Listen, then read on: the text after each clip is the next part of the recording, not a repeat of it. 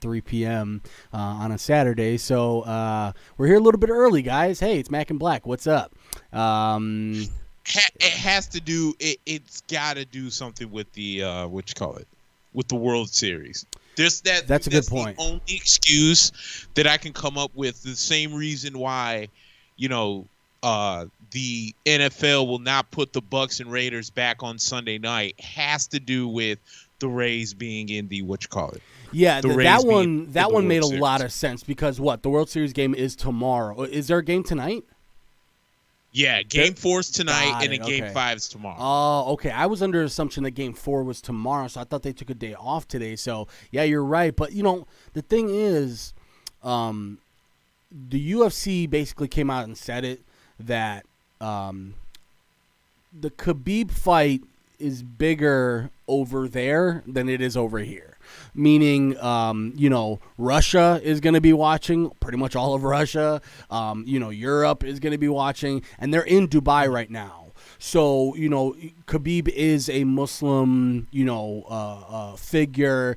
I can see it. And this is I read something on Twitter today. This is the first time that, people in Europe haven't had to wake up at 4 a.m. to watch a main event for the UFC. So, I guess we're spoiled with the fact that it's always prime time for us, but it still feels crazy to have a fight of this magnitude, a pay-per-view nonetheless, that's going to be on Saturday afternoon, but right, it is what it is. Got lots to talk about, guys. I know we've been just trying to get through everything because there's so much to talk about on a daily basis, but and everything is changing, because we only do these once a week. Things change so quickly in the sports world. Yeah, most def, dude. I need to change this page.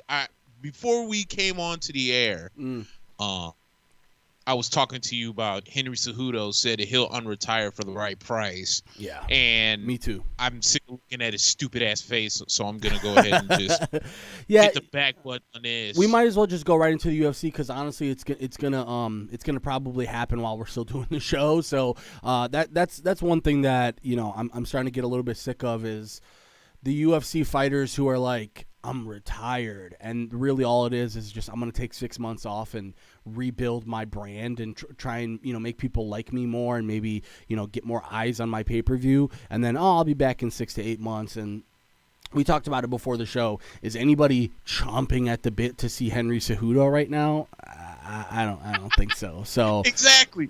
Is his Twitter feed getting lit up right now with everyone saying, "Hey man, when are you going to come back, dude? We miss your fights, man." No, Henry Cejudo's name has not been brought up whatsoever since the man retired. So for him to come out with this story on arguably one of the biggest fights here in 2020 and say, yeah, I'll come back, but it has to be for the right price. This is the same idiot who, when he won, I think it was the flyweight title, was you remember this, when he was just name dropping all the guys who either haven't fought in years just or are retired fights. When he was like, I want that Uriah Faber money. Like, dude, Uriah Faber hasn't fought in years, bro. Where you been at, Henry? Yeah. And then there was like two other names. Like I think he dropped Jose Aldo's name. Yeah. And I think Jose was kind of on his way out of the door. And there was another name that he dropped. And I'm like, dude, these guys are either retired or these guys haven't fought in months, and this is the money you want.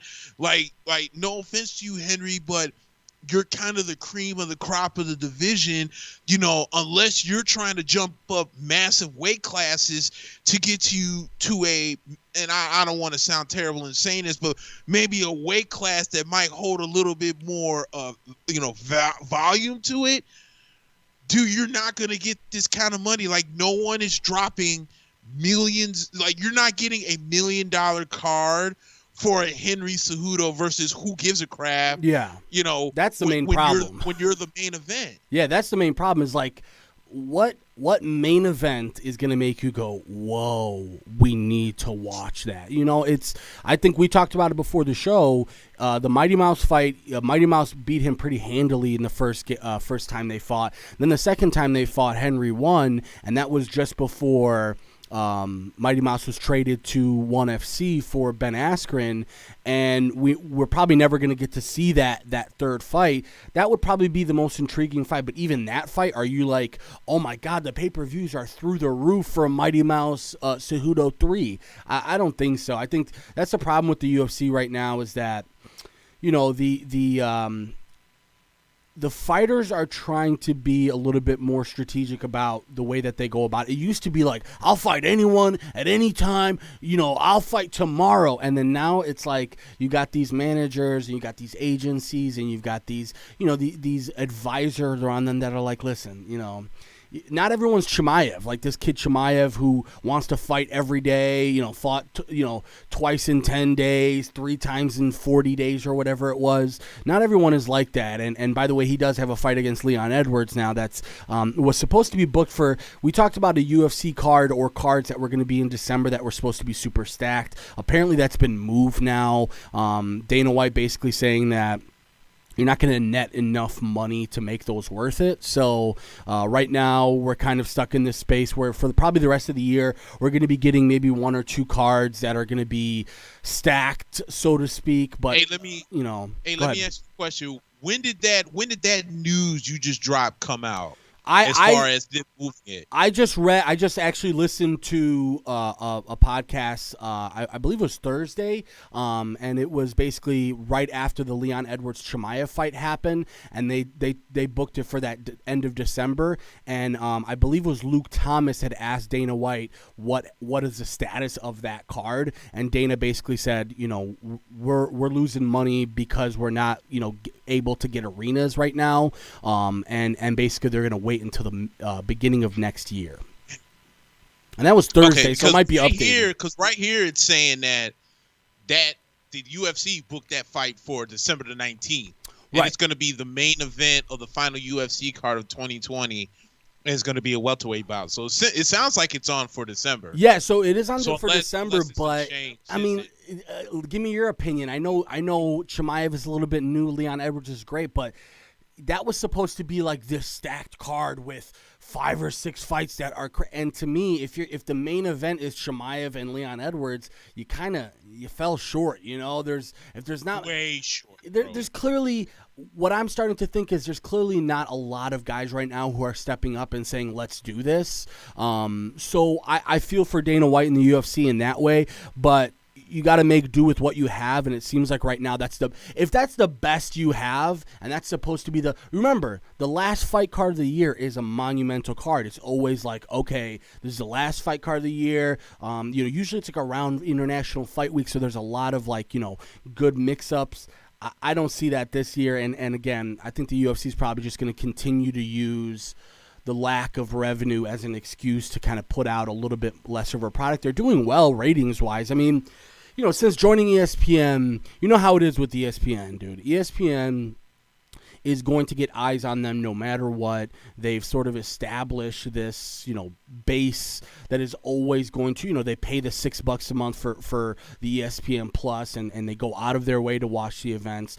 But then, we're not doing much in terms of finding, when the pandemic happened and the UFC was the only thing on TV, you and I remember how the ratings were nuts, and people that you would never even think were watching UFC were watching those fights. It's going to be hard to replicate that now moving forward. Yeah, I'm with you on that. It was almost it's almost equivalent when everyone was freaking out when they were like, man, this was the most watched NFL draft in 15 years. Yeah, because everyone was thirsty for sports and no one had anything to do. So, of course, everyone is sitting at home waiting for the draft to come because we were thinking that football was going to be the last great hope for us having sports to come back before basketball and hockey started figuring things out, and then Major League Baseball kind of figured it out. So I'm with you on that. You can't try to use, the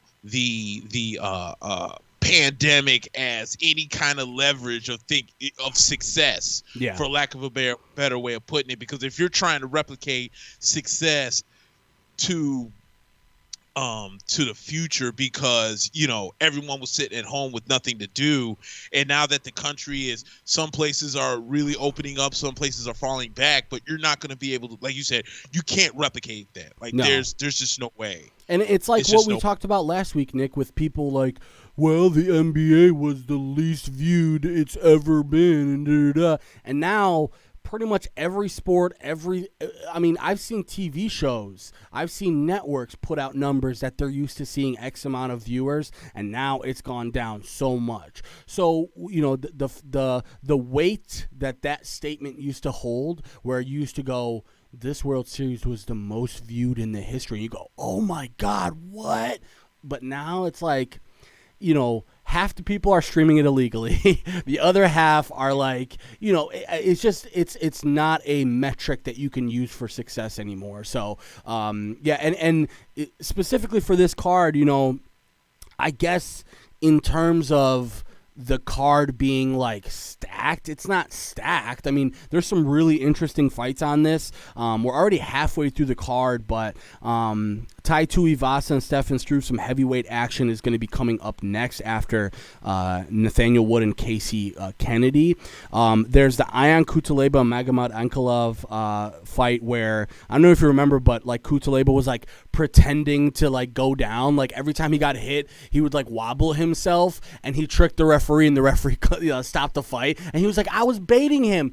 What do you expect the referee to do when he sees you fainting every half a second? He's going to stop the fight. So they're going to redo that fight, and Kutaleba is the favorite. And then that's basic. I mean, the only other really intriguing matchup other than the main event is Robert Whittaker versus Jared Cannonier. That's a really huge one in the middleweight division, because Israel Adesanya has already basically said that if Cannonier comes out and beats Whittaker handily, he will be next for the middleweight title. And likewise, I mean, I don't know how you feel about it, but we watched that Whittaker-Adesanya fight together. It really wasn't all that close. Whittaker did an okay job at the beginning, but Adesanya just picked him apart eventually. I don't know how you feel about it, but if Whittaker gets a win here and he does it handily, when the champion is calling somebody out and you just beat that dude, you probably are up next, right? Yeah, that's usually how that goes, and but like you said, we watched the fight and we saw Adesanya pick Whittaker apart. So, I think the UFC personally might actually be hoping that somehow Cannonier can come out on top, so we can get, the fresh fight between Adesanya and Cannonier. I think that would help the UFC out. But yeah, I think if Whittaker does come out and demolishes Cannonier, I think he's next in line for Adesanya, and there's really nothing Adesanya can really do about it. Yeah. But I feel like Adesanya at this point is kind of like such a professional. He's like, hey, if Whittaker wins and he's got a shot at the belt, I'll fight him again, beat him again, and then whenever Cannonier is next, then we'll go head to head on that one. Yeah, I'm glad you mentioned how much of a professional he is, because he has been such a professional about like the matchups. Even let's be honest, like when he fought Anderson Silva before he had the title, it was all because of like this story arc that he wanted. He wanted to he's big into anime, right? So like his big thing is like, I want to start off as the rookie, and I want to work my way up, and he's done it, and he's earned the respect of his peers and the fans too. So that's a huge fight for Whittaker too, because if you lose that fight, Whittaker has to really start to think about the status of his career and where he's at, and is he going to be a middling fighter for the rest of his career? I don't know if he wants to do that. I know he has some family issues as far as like one of his kids having health issues, so that's going to be interesting. So we'll see that. And the main event obviously is Khabib versus Justin Gaethje. This is by far Khabib's biggest challenge of his career. He's 28-0, right? That speaks for itself. As far as the lightweight division is concerned, he's basically fought the who's who in the lightweight division, pretty much all of them in the last 5 to 6 years. So this one in particular is really interesting, Nick, because you got an opponent in Justin Gaethje, who just picked apart Tony Ferguson. I mean, absolutely demolished Tony Ferguson. And credit to Tony Ferguson, I guess, for his chin. But, man, he was out on his feet for 2 rounds in that fight. I mean, Justin was just picking him apart. And almost, I mean, I'm glad the referee stopped it at one point, because I don't know if you remember how that fight ended, but he took a hit, Ferguson did, and, like, he almost slapped himself, like, what's going on with my vision right now? Like, I can't see. And I'm glad that the ref stepped in, because Gaethje is ruthless. And that's what makes this fight so good, is that Gaethje, I don't think Khabib has ever fought a striker that is as well-rounded as Justin. Justin really loves hitting the body, using the kicks, and doing all the little things that Khabib is not used to seeing. He's used to seeing guys like Conor who are going to swing and try and hit you with a haymaker. And let's be honest, Justin is also a former NCAA champion in wrestling.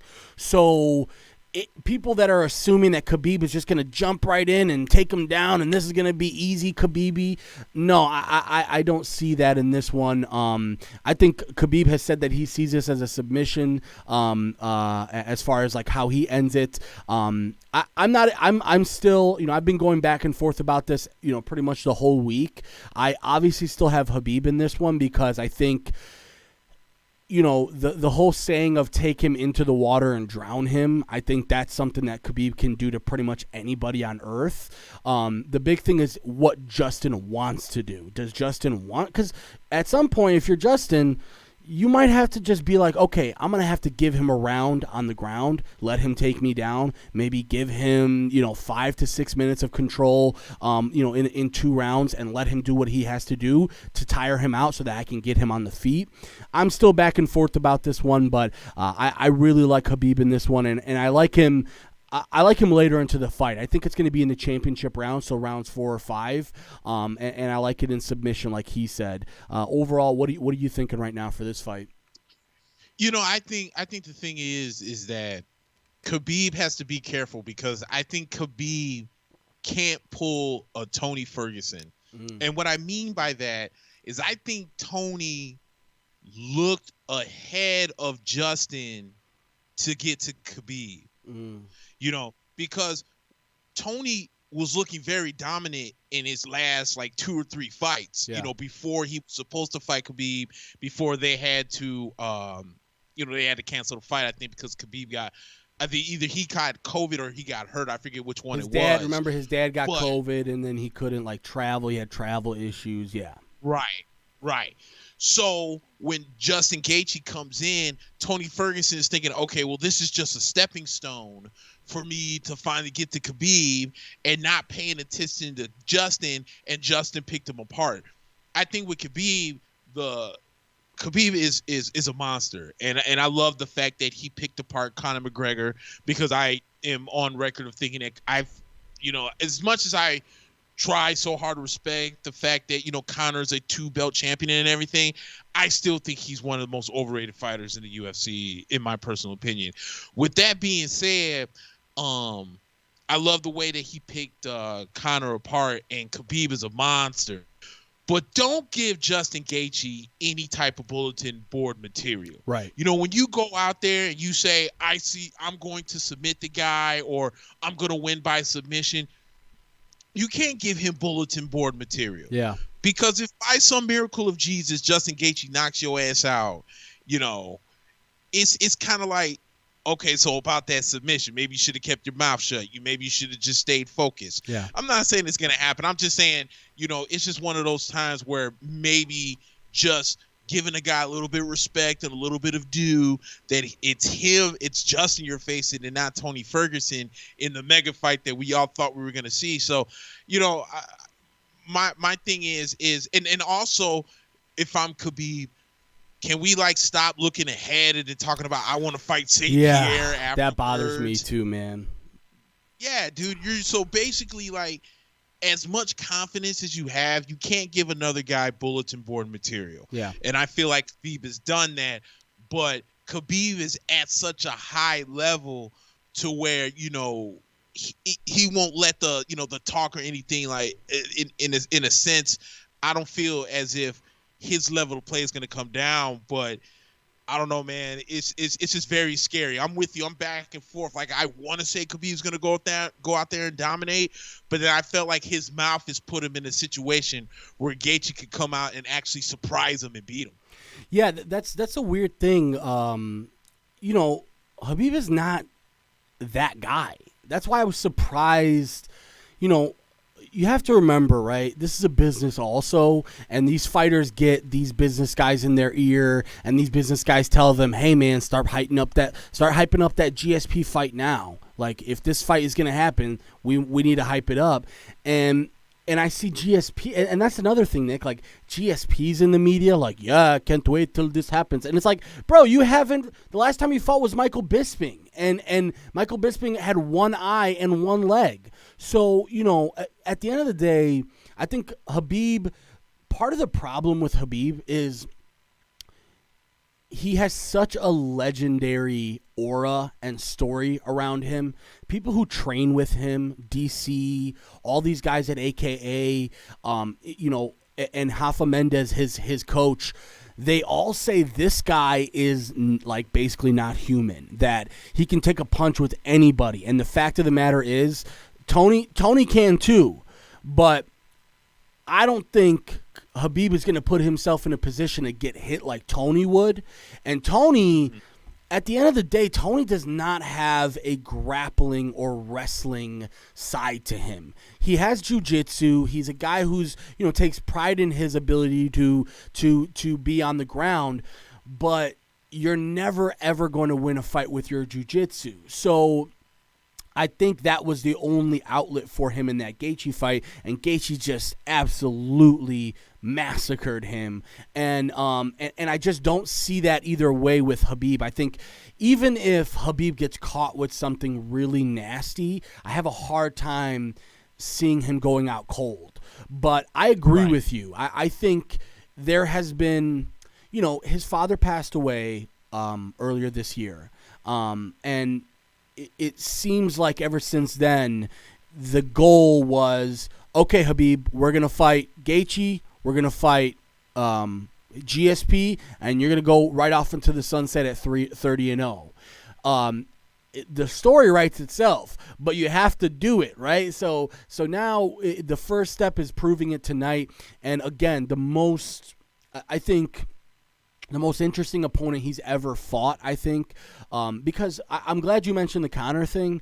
It bothers me now. We talked about how John Jones, after the fight against, was it Santos, that he was like, "Did you see my leg kicks? Like, I hit him in the legs really hard." So we talked about that with him, and I saw that now with Conor, where he's going on social media and breaking down round by round the Khabib fight. He's like, "I hit him with a sharp right on the ground, devastated him." Like, he's using all this language that's just really like descriptive. And if you read it, you would think, wow, Conor won this fight. Like, if you read his descriptions, you would think he won the fight. And it's funny because all you have to do is watch the video and just see a guy get drowned. You want to talk about getting drowned and the meaning of getting drowned? This guy, Conor, thought he could. So Khabib said, "My plan originally was to just jump right in and take Conor down, but instead I just wanted to stand with him just to prove to him that I could stand with him." And he did that. Right. And remember, he got that looping right hand that almost knocked Conor out. He wasn't able to finish it, and just later on basically finished him on the ground. So I think Khabib sees this fight in that same way, meaning he's going to come out in the first round, do some feelers, maybe stay on the ground, stay on the feet. That scares me for him, because you can't stay on the feet very long with Gaethje. He will find a way to do something, whether it's a kidney shot, whether it's, really softening up the body to make sure that he has something to hit on top. Khabib is smart, but I just don't think he can take on the onslaught that Gaethje can bring and survive. So I see him being really smart in this fight. I think maybe some people will watch this fight, Nick, and go, that was boring, because people do that with Khabib sometimes. There's a lot of these new casual fans in the UFC, Nick, that think that the UFC is boxing, and they're like, why is he hitting? Why he's grabbing it? This is MMA, okay? This is grappling. This is, that's what this is. This is judo, what he does. And it's not pleasant for the eyes all the time, to watch a guy go for a single crotch takedown 3 times in 2 minutes. It's not very fun. But at the end of the day, I think that's what we're going to see tonight. I don't think that the fight will be super, super entertaining, to be quite honest. I think Khabib will stay away, and I think Khabib will get it done, like I said, in the championship rounds 4 or 5. Yeah, and I agree with you 100% on the casual fans, dude. It drives me nuts. Like, I love when, you get some of these guys that are 100% wrestling superstars, and they know that they can't stand up with some of these guys, some of these great boxing guys. Like, I think one fight in particular, if we go back in the Wayback Machine, was when I think Nick Diaz had lost to GSP. And like the funny thing is, see, that's the difference between Nick Diaz when he was in Strikeforce and Nick Diaz when he was in UFC. Because if you watch Nick Diaz when he was in Strikeforce, I'm not saying that there weren't no good fighters in Strikeforce. There weren't any smart fighters in Strikeforce. Right. When you're Nick Diaz and you're going against a guy like KJ Noons, and KJ Noons is too stupid to understand that Nick Diaz is a world-class boxer, and you're trying to go toe-to-toe against a world-class boxer, there's going to be a great 8 out of 10 chance that the world-class boxer is going to knock you out. Yep. And that's what Nick Diaz was doing in Strikeforce. Where in the UFC, here is George St. Pierre, one of the smartest guys in the game, knows you have great boxing skills, knows your stand-up skills is great, but here's a guy that's world-class, great at wrestling, great at taking guys down, great at controlling you on the ground. So what am I going to do against a world-class boxer? I'm going to go with 5 rounds. I'm going to take you down. And if you can out-wrestle me, fine. But if you can't, this is how you're going to lose. Yeah. So and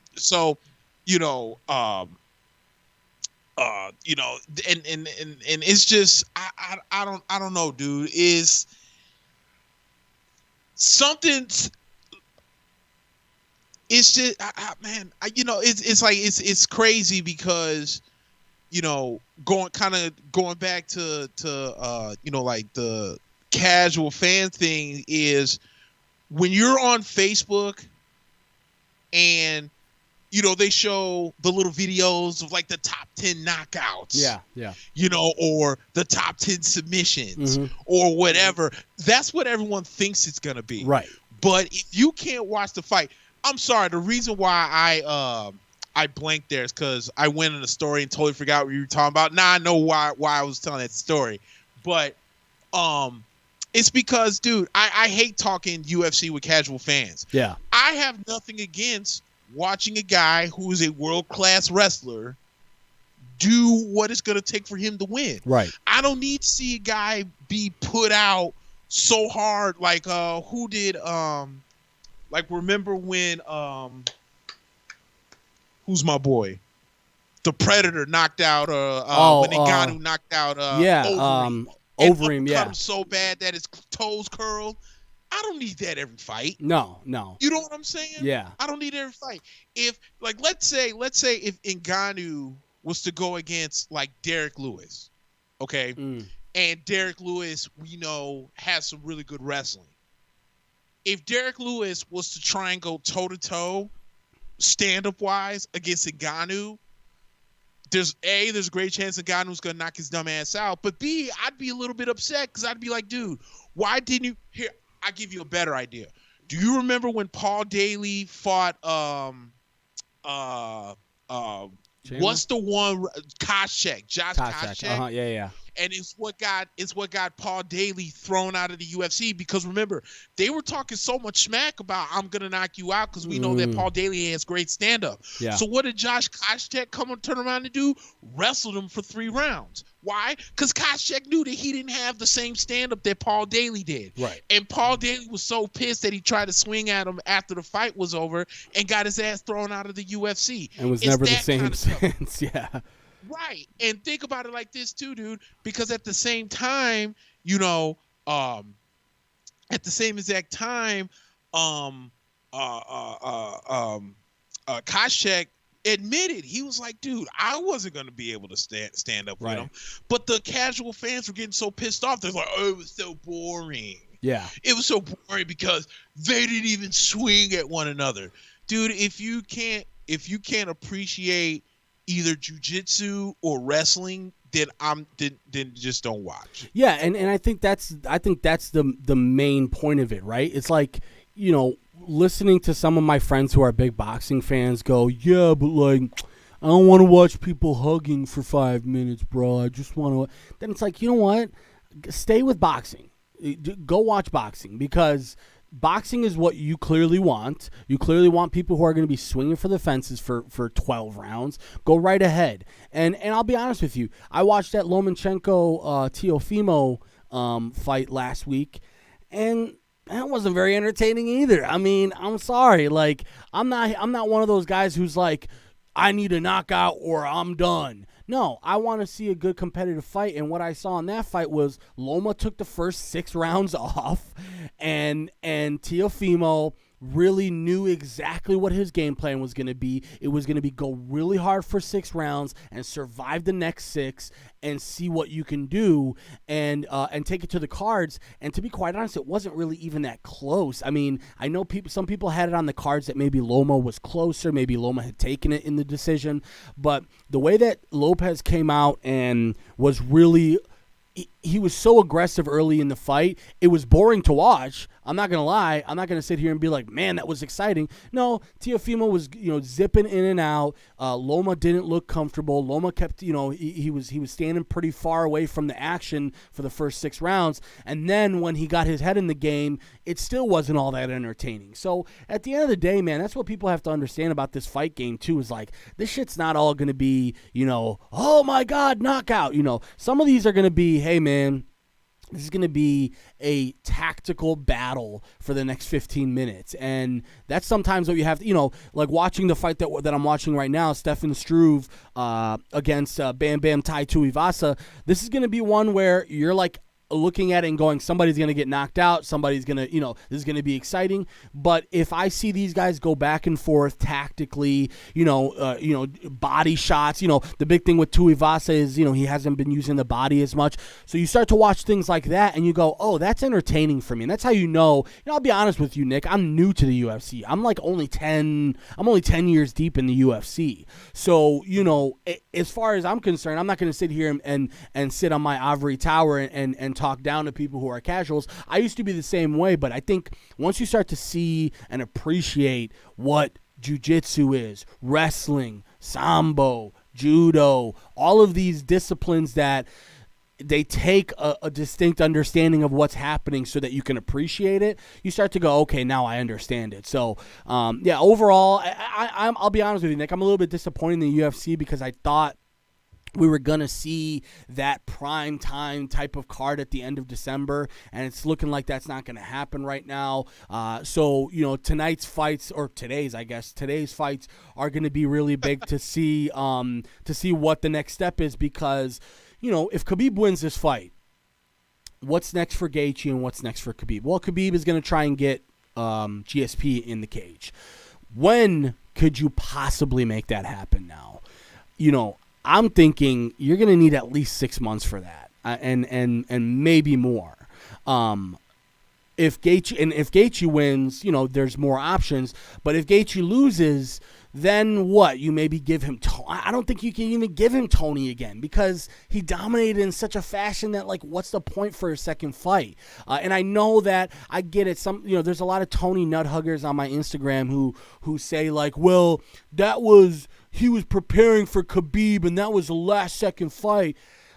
To me, it wasn't last second. It was like more like a couple of weeks. That's enough to prepare for a guy. So I have no clue what's next for these guys, but I know that there's going to be some exciting stuff happening soon. And oh my God, Tai Tuivasa just absolutely dominated Stefan Struve.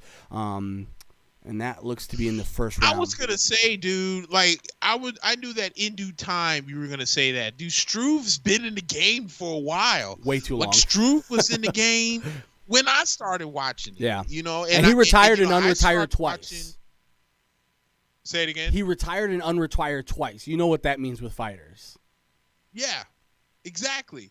And my thing is because see, I know you say you've been in the game for 10. I know I started watching it when Shamrock and Tito Ortiz were in the midst of their feud, and that's going back. That's like 2005. No, not 5. Like 2005, 4 or 5, 2005, somewhere in that area. Yeah, and that's when I started really watching it. So, but at the same time, like I was kind of that way. Like when I was fresh in the game, I was like, man, this is stupid. It's only like, when Shamrock got dominated by Tito, I was like, that's it. It's over with. So we only really got like 2 minutes of action. Yeah. Like screw this. I'll go back to watching boxing again. That's more entertaining. But as the time went on, I started really appreciating what the UFC really is and some of the styles. Because think about it, dude. That's what made Anderson Silva so special. Yeah. Anderson Silva kind of really is the guy that brought Muay Thai into the UFC when he dominated Ace Franklin for the middleweight championship because Rich Franklin was on top of the world in the middleweight division. Yep. But he never fought anyone as long who used Muay Thai as efficiently as Anderson Silva did, and Anderson Silva picked him apart, and we all know the career that Anderson Silva had after that. So again, it's just one, like you said, if you can't appreciate like the judo and the wrestling and the jiu-jitsu and all you're about is stand up, then go ahead and watch boxing, dude. Yeah, that's the best thing.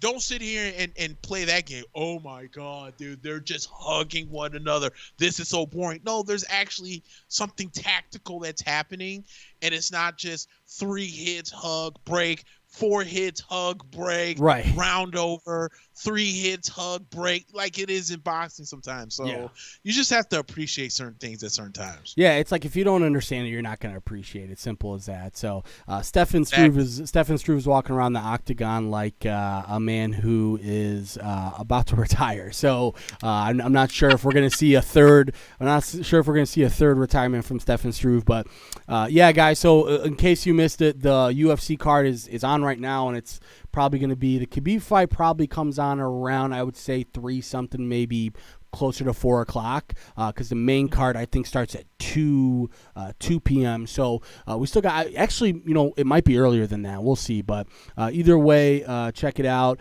Nick, the World Series is underway. Oh, hey, before we get into the World Series, because it's fresh in my head right now. Go ahead, dude. So I just want to be goofy just for about 5 quick minutes. Okay. Here. Has the COVID-19 ruined the minds of fast food restaurants? And the main fast food restaurant that I'm trying to clown right now is McDonald's, dude. So first of all, I have absolutely no idea, well, at least at the time, who the F J Balvin is. I've never heard of this guy. I have no idea who the hell he is. Yeah, I've never. I just know that he barely spoke English in the commercial. Yeah. But then all of a sudden, for some reason, McDonald's, you get all these $1 million geniuses that sit around in the room and they say, all right, guys, we got to come up with a new idea to get the guys to come back to McDonald's. And for some reason, someone's sitting there saying, well, why don't we get some of these rappers or some of these, the Hispanic community guys come in, and maybe we can make a meal out of them. So you're trying to tell me millions of dollars of brains that are sitting in the room came up with a great idea to take the number one at McDonald's, which is simply the Big Mac meal, and just substitute the drink for an Oreo McFlurry, and then we're gonna just throw J Balvin's name in there. How long you think that and meeting we're gonna lasted? Sell it? That meeting lasted all but 5 minutes. How about we just take the Coke out and put in a McFlurry? It's ridiculous, dude. I'm sitting here thinking, like, McDonald's is really making people think that they're that stupid to think that this special meal is nothing more than a number one with the McFlurry instead of the drink. Yeah, and we'll just throw J Balvin's name on it. And I can peel I can peel it back a little bit before you move on, because McDonald's, they don't do any of their own marketing. They've never done any of their own marketing. They've got agencies who come in from all over the world and pitch them ideas. And the company that I used to work for does distribution for McDonald's. And the main thing that they always say is that McDonald's really doesn't have any creative direction. It's just they hire these agencies to be creative for them, and the best thing they came up with, because of the whole, we remember the Travis Scott, I'm sure, the Travis Scott stuff with McDonald's, where, the Travis Scott meal, the cactus meal, whatever it may be, and it just created this sort of buzz amongst young people who weren't. It's not like anybody got that meal and went, McDonald's is the best ever, man. I love it. It was just kind of like, oh, this is, Travis. I like Travis Scott, and you know what? They got a branded box. So yeah, I agree with you. It's a little bit weird, but clearly McDonald's, they're like, we make too much money to care about marketing. We'll outsource that shit. I swear to God, dude. Like, I was thinking the other day, I was like, dude, I'm gonna test this burger out before I go to fully eating healthy. I'm gonna test this burger out. But I was thinking the other day, Burger King has been stealing ideas from McDonald's from forever. Mm-hmm. They copied the Big Mac and made the Big King. They copied the sausage McMuffin sandwich and sold it for $1. Filet of fish and big fish. Yeah, exactly. So I'm thinking to myself, why don't you return the favor? Take your quarter pounder and dress it like the Big Mac. I would do that, because I remember when McDonald's was like, we have 3 different versions of the Big Mac. We have the Mini Mac, the regular Big Mac, and then we have a bigger Mac. But I'm like, dude, the Big Mac is nothing more than a double cheeseburger with more bread. That's all it is. Yeah, it's and the bigger same onions. Yeah. Oh my God, it's the same meat as the double cheeseburger. Yeah. There's nothing Big Mac about this. So why don't you make the Monster Mac? Take the double quarter pounder with cheese, dress it like the Big Mac, sell it for a meal for $8.99. Watch it sell. I think somebody needs to hire you, bro. Dude. I think we need to get your resume. In a heartbeat. I will be in there. All right, ladies and gentlemen. It took us 50 years to finally figure out that maybe we should join the spicy chicken McNugget game, just like Wendy's has been succeeding in and Burger King has been succeeding in. So let's welcome to 2020. Thank you. Dude, I'd take that job in a heartbeat. I'd be like, okay, this J Balvin, Travis Scott, BS, we're throwing this crap out the window. Not using, first of all, I don't even know who a J Balvin is, and I don't listen to Travis Scott, so I care less about it. Because when I came to Houston, it said, I think I may mention this of this before, where I didn't know that Travis Scott was calling himself Cactus Jack. Yeah. For those of us that watch wrestling, of course, when I saw a sign that said Cactus Jack was here, I thought it was a Mick Foley reference. Yeah, right. And I'm sitting there like, are you serious? Mick Foley was at this McDonald's? And then when I actually went to a McDonald's for a DoorDash, the Cactus Jack was on the Travis Scott sign.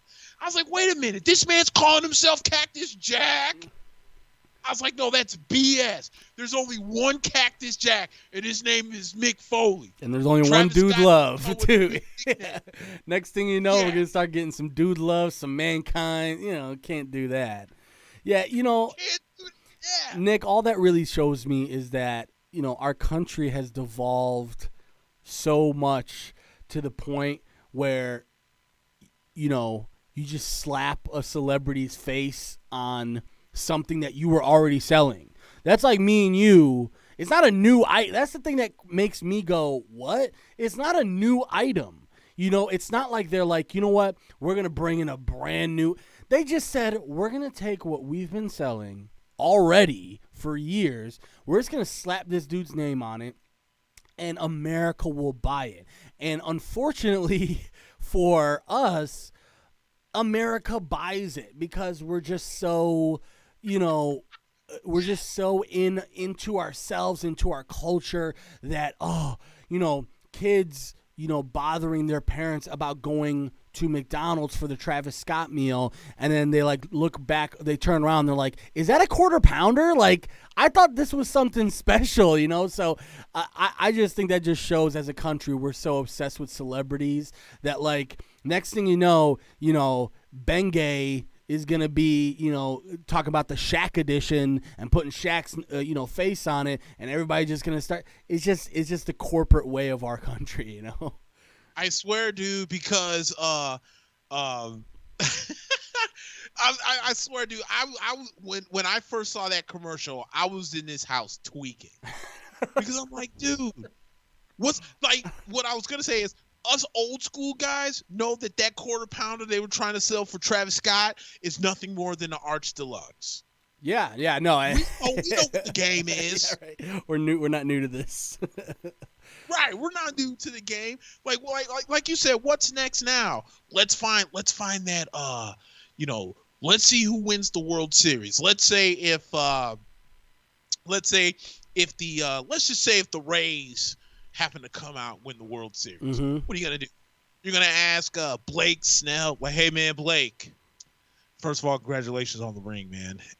Second off, so McDonald's, we got this little series where we're using a lot of celebrities to come out and represent some meals, and we got to get our chicken nugget sales up.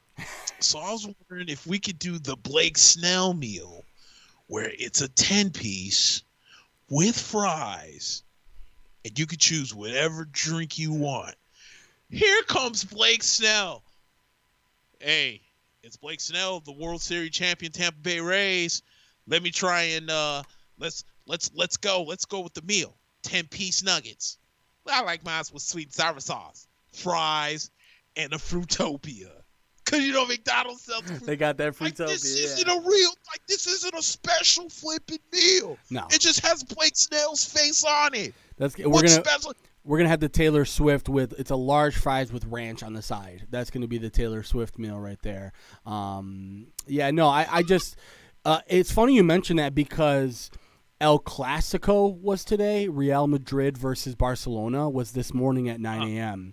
And I read an article on El Clasico this week, and in America, we don't quite understand, first of all, soccer in general around the world. We just don't understand the magnitude and the weight that soccer holds around the world. And one thing we truly don't understand is how huge El Clasico is.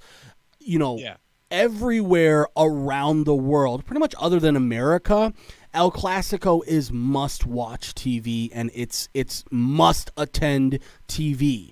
So the ads on that are like a Super Bowl twice a year. And because, because they're in the same league, they play twice a year, and then they're probably going to play in, League Cups.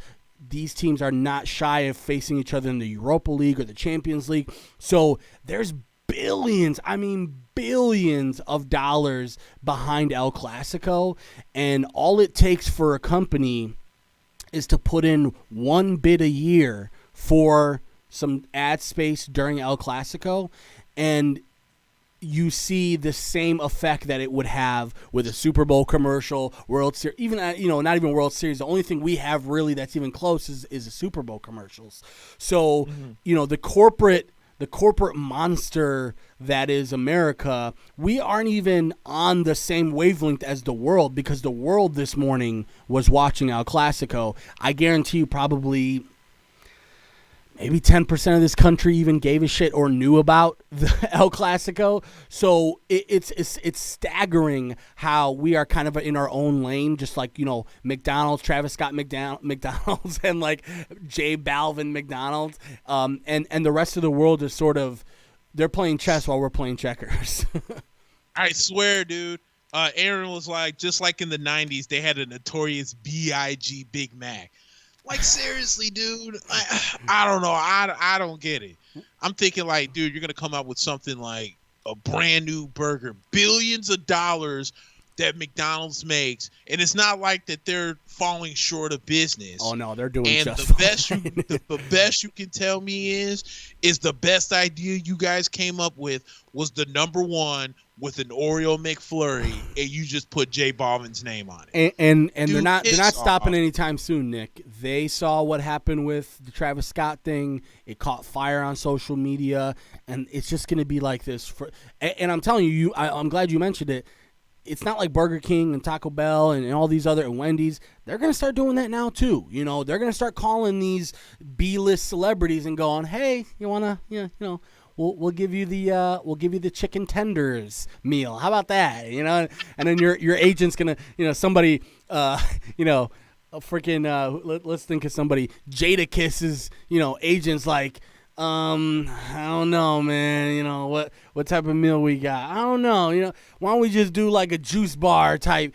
You know, the other thing that really bothers me too about the corporatization of shit is that people will act like McDonald's, man. I don't eat McDonald's, dude. Like what, you know? But in reality, you know, the country at large, we know. If you just ride around a 20-mile trip in a day, how many McDonald's you'll see? I mean, fact. You know, 30 McDonald's in a 20-mile. I think that's very easy to see. In a 20-mile trip, you could see 30 McDonald's very easily. And that just shows you that, you know, it's not about power or strategy or, you know what, you know, this strategy of the Travis Scott is going to put us over the top. No, it's just simply volume. It's just so much volume in this country that it's unavoidable. And it's almost to the point where now as a country, we've thrown our hands up and said, it is what it is. Now we've got, you know, 6 McDonald's within a 2-mile radius. And this is what our life is now. Yeah, exactly.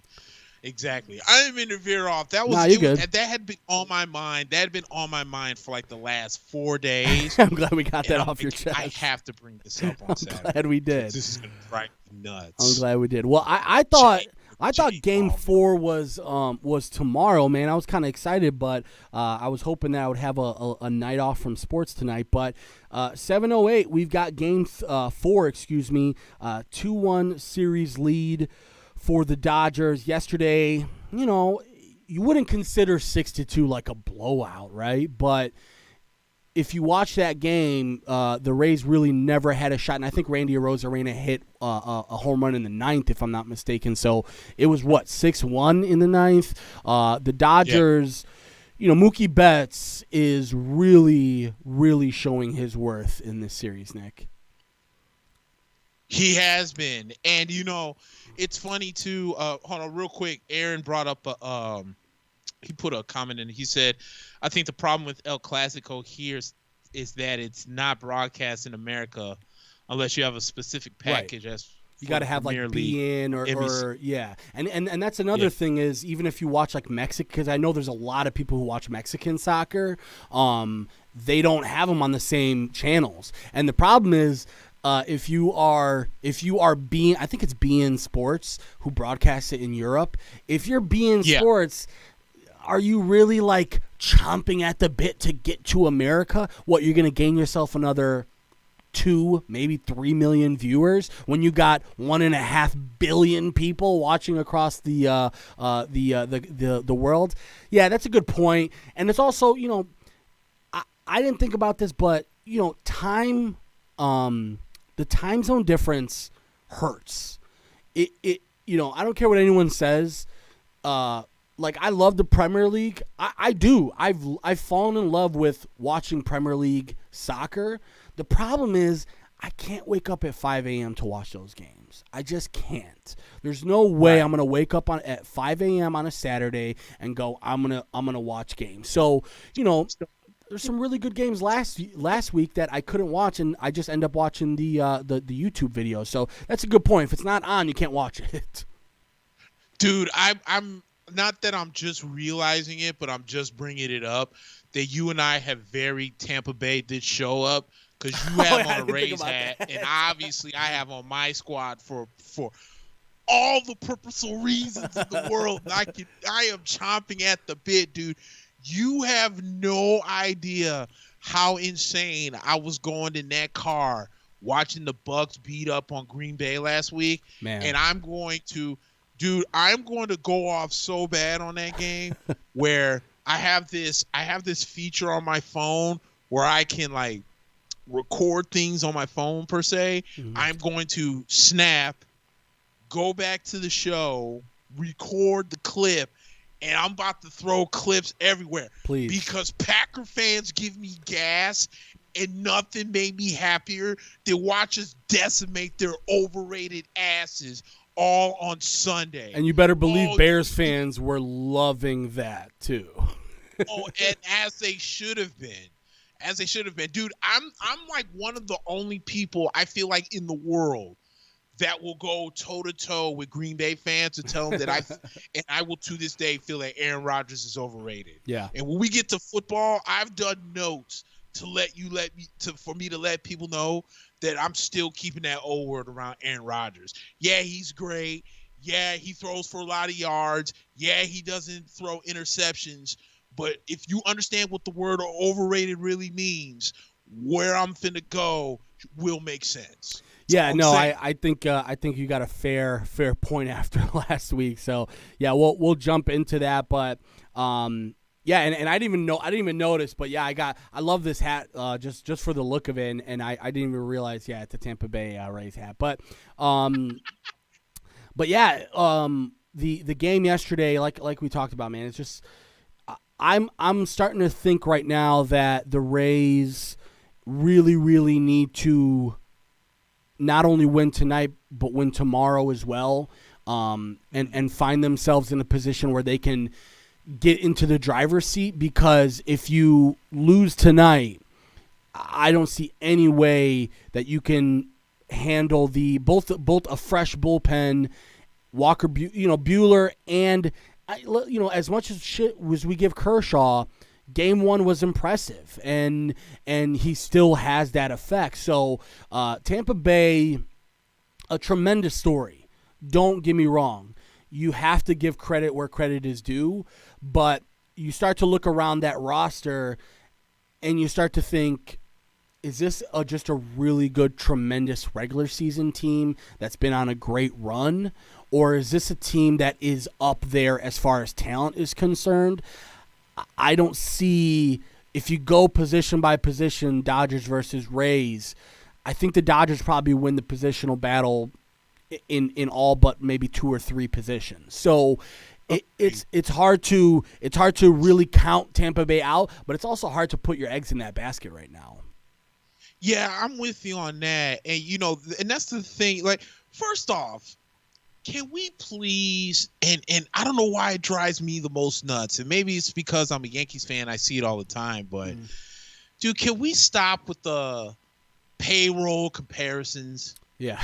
The Tampa Bay Rays' entire payroll is the same as Kershaw's and Betts. Who cares? Yeah. Okay. Spend more. Tampa Bay Rays are right.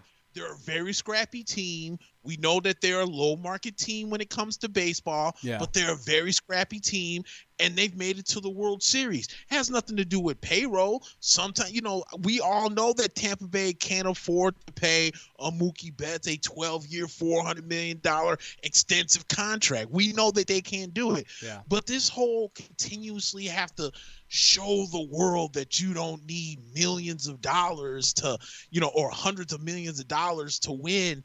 To me, it's just nuts, but I'm with you where I think that this is a must win for Tampa, because you can't bank on we know that Kershaw has his postseason struggles, but if you're going into Game 5 down 3-1 and you're bringing your monster horse in for Game 5 and Kershaw to close it out, you don't really want to bank on that. You would rather face Kershaw 2-2 than you want to 3-1, because we've seen guys who have struggled. Like, I will go as far as A-Rod in 2009, because previous to that, A-Rod in the playoffs was absolute trash. Yeah. Like, he would snap, and then for whatever reason, as soon as it's October, he was garbage. Yeah. But in 2009, he was mainly one of the sole reasons why the Yankees even won that World Series in 2009.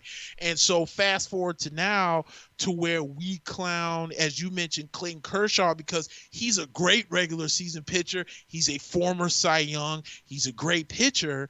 But for some reason, when the calendar turns to October, he's just a pedestrian guy. He's just a guy. Yeah. You know, he's not the special Clayton Kershaw. But with what's on the line, and knowing that the Dodgers are kind of like a step above better than what Tampa Bay might be in a talent with guys like Cody Bellinger and Mookie Betts and Justin Turner, just to name a few, you don't want to go with their main horse down 3-1, because I feel like then you're going to see the Clayton Kershaw, because and it could be, the best case scenario, if you want to think about it, for the Dodgers, because the Rays, because they're going to go out, and I think they're going to get into home run mode where they have to swing for the fences. And that's where I think you're going to make Clayton Kershaw maybe better than he actually looks, because if he notices that you're being too aggressive, he'll throw that huge curveball whenever he wants to, and then you have no idea what the next pitch is coming, and then that fastball looks a little bit faster than it's supposed to. So I'm with you. I think this is a must-win for Tampa in this one, because I think if you go down 3-1 after today, it might just be almost over with. Yeah, and to go back to some of the payroll stuff, I personally, I have a different viewpoint on that, because I do think it's impressive, but I also think it's sort of a cop-out. I think the MLB has to find a way to level the playing field a little bit. Meaning, we shouldn't have to talk about, oh my God, Tampa Bay. If we can have a salary cap in other sports, we should be able to have a salary. What would you call it? Salary floor? You as a business owner of an MLB team should be able to go out and spend X amount of dollars to be able to make your team better. Now, am I saying that I'm going to force teams to spend money? No. But if you look at teams like Pittsburgh, if you look at teams like Tampa Bay, Kansas, I know Kansas City has a World Series to show for it, so you're never gonna really say anything to them. But are you? Is it? I'm starting to think now it's less impressive and more like, hey, these owners are getting away with murder because they are fielding a team. I mean, let's be honest. Randy Arozarena, is he going to be massively rewarded for his unprecedented performance over this year? No. He's going to be a guy that spends 8 years making arbitration money, and he's going to have to fight tooth and nail to go get a deal that he needs. That's crazy to me, man. That's crazy. And I think, some of these rules are a little bit outdated. They're made for a league that was in the 1950s, 1960s. And I mean specifically the 8 years before you can be 8 years of team control before you can be a free agent technically. Some of these rules are getting a little bit crazy. So, I think the MLB, I don't know when the next collective bargaining agreement or the next collective bargaining negotiation will happen. But that's something they have to talk about, because you're right. We shouldn't continuously talk about, hey, this team is doing so well for a team that isn't paying their players correctly. That's not a good thing. To me, that's a bad thing. You should be looking at the owners of the Tampa Bay Rays and going, how can you not be able to pay. Blake Snell's a guy who should be paid. I know they went out and signed Morton a couple years ago, and a lot of people didn't think they would, and they spent some pretty good money after he had spent time with the Astros. So, I just think in terms of like, a small market team, like, the White Sox, I hate it when people go, and Jerry does it himself. Well, we're more of a small market team. You're in Chicago. You're not a small market. The fact of the matter is, Jerry Reinsdorf, we as White Sox fans give him a lot of credit for making moves as far as this last couple years is concerned, but we tend to forget that he put the checkbook away for 8 years and really never really supported. I mean, it's hard for me not to remember the Manny Machado stuff. I know Manny Machado was not going to be the difference maker and win the World Series for the White Sox this year, but the fact of the matter is, you are a team that hasn't spent substantial amount of money in the White Sox in a long time, and you lowballed one of the best free agents of all time, basically, and you basically gave him a deal that was going to be team friendly. This is just sad to see. We as fans have to be able to hold our owners more accountable and say, hey, we are not a small market. I don't care what anybody says. Tampa Bay, I know that they have a weird situation with their stadium, and we talked about it on this show. They were like, maybe we can play half of our games here and half of our games there, and maybe we'll play in Buffalo. That's dead, by the way. That's dead now, by the way. That's dead. Okay. Yeah, I guess apparently Tampa is actually in the midst of doing a groundbreaking for a brand new state-of-the-art stadium down there, so that's what I'm saying. Trot like, might be over with coming up here pretty soon. So that's what I'm saying. It's possible, right? Like, it's not like Tampa Bay is like Louisville. No, Tampa Bay has a population that can support a team, right.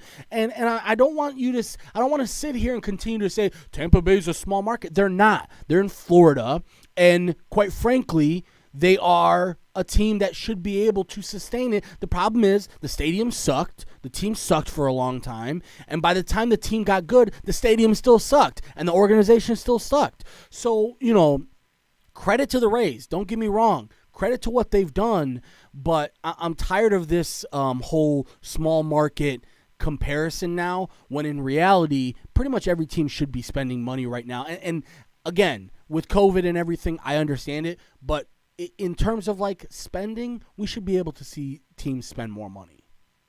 But let me say this too. I think what ultimately is stopping baseball for being the sport to finally come with a salary cap is that the almighty Yankees haven't won a World Series in now going on 11 years. Now follow me on this, because you just mentioned, let's talk about some of the teams that either have gone to or have won a World Series. Mm-hmm. The Kansas City Royals. It's not like they went out and bought a brand new stadium, and the owner before he died put money in the team and told them to go spend, but they didn't go out and put out $400 million contracts. No, right. They made correct moves. The Tampa Bay Rays are in the World Series now.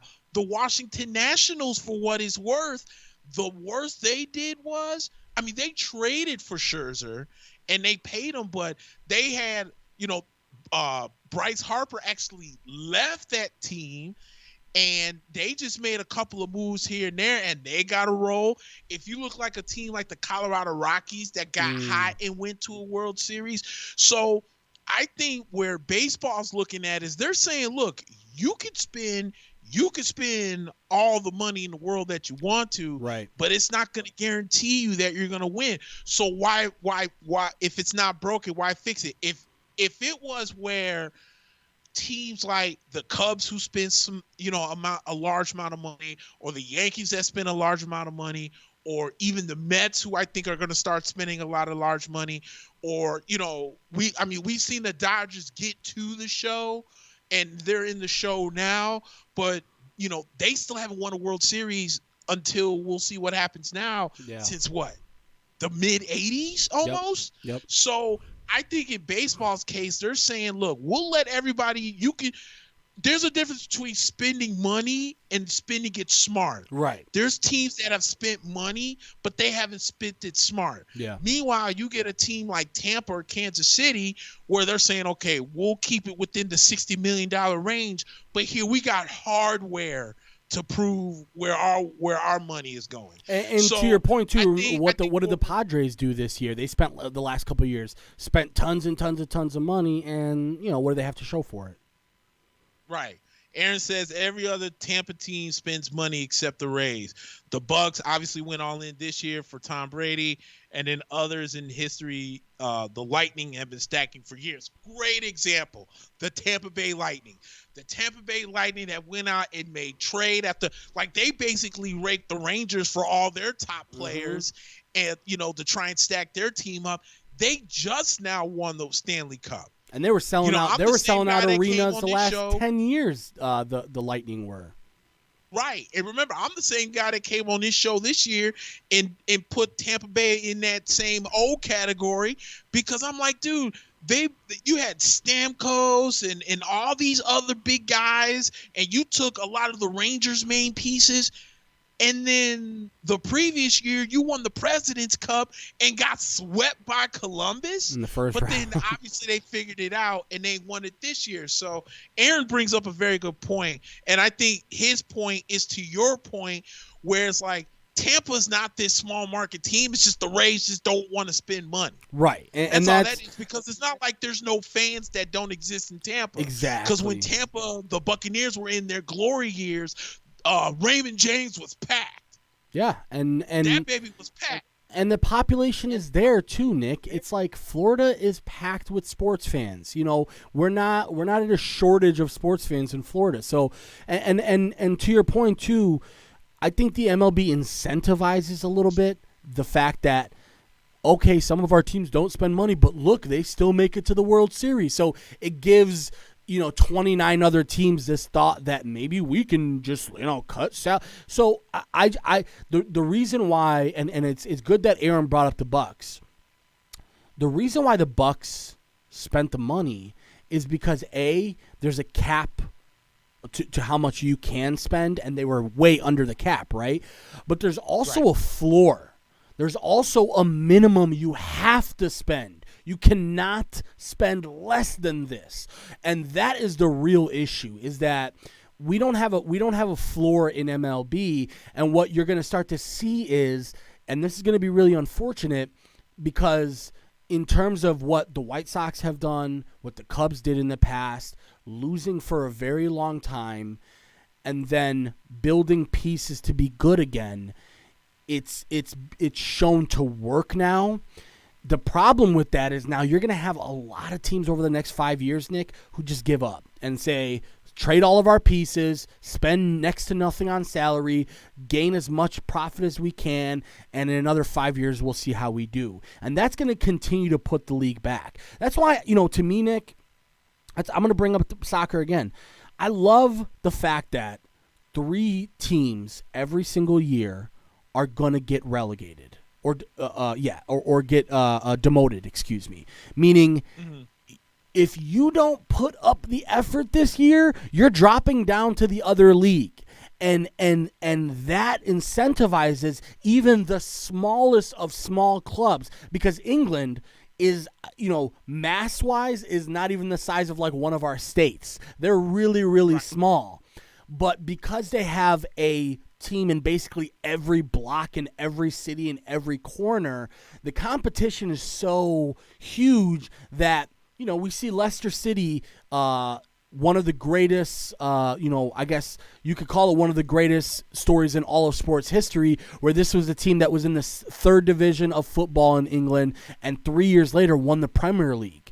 So it's like you will see those things, but now Leicester City, after that happened, is a huge market team now, and they spend a lot of money. And Ion Kutaleba just got absolutely smoked by Ankalev.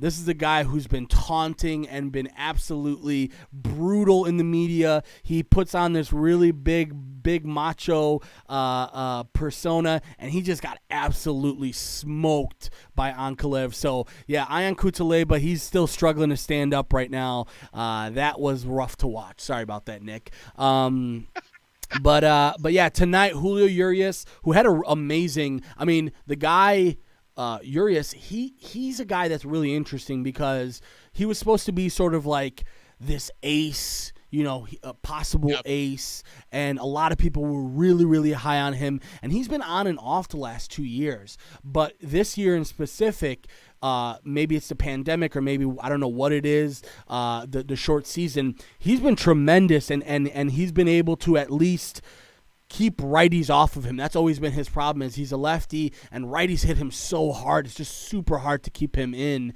at certain times. So he'll get a shot at it tonight against Ryan Yarbrough, who's also been pretty good at it. Other than really, he had a really bad I guess 2/3 of an inning where we gave up a couple of walks and I think a hit. So. It's going to be interesting tonight, but it's going to be all about offense tonight. I think the Dodgers take this one, and I think they're going to try and bum rush them in the first couple of innings and hope to have that not an 11-run inning like they had last time, but they're gonna do their best to really, really come out early swinging. And Mookie has been legendary as far as what he's done both in the field, on the base paths, and with the bat. Obviously, Boston's got to be not kicking yourself because he already said he wasn't going to stay, right? So maybe I should take that back. Boston's not kicking themselves. There's nothing they can do about it. If a guy doesn't want to play for you, what can you possibly do to make him stay? So credit to Boston for getting what they can out of it. But either way, I see this one as the Dodgers really coming out and bum rushing. Yeah, I'm on the same page as you are. And Aaron was saying that he says, living in Florida now, I see if there wasn't COVID and limited fans, Raymond James would be packed now because it's Brady's town down there in Tampa. 100%. He ain't lying because, it's still – and, the funny thing about, Tom being in, being with the Bucks and whatnot is, there's still people crying the blues. Like, for some reason, there's this notion where – so we just put up 38 on as a collective whole team against Green Bay, and some Bucs fans that are still definitely in love with Jameis Winston bring up the fact that Tom Brady only threw for 166 yards. Like, who cares? We flipping won the game. Yeah, and also, Nick, like about? if you brought Brady in hoping for this guy to have like a ginormous season, oh my God, he's gonna put up. That's not what you brought him in for. You brought him in because you're trying to win. You have a team now that can win. And I think, Nick, it's pretty obvious that Brady's a little bit more limited than we maybe thought before the year. Maybe he also, having the type of chemistry that he had with receivers in New England and then jumping into a new receiver core that's had injury problems, problems with catching the ball at times as well. It hurt him, but I'm not seeing a guy who's slowing down anytime soon. I think he is a guy who knows his limits now. That's a huge part of it. He knows that he has some shortcomings now, and he's working around them.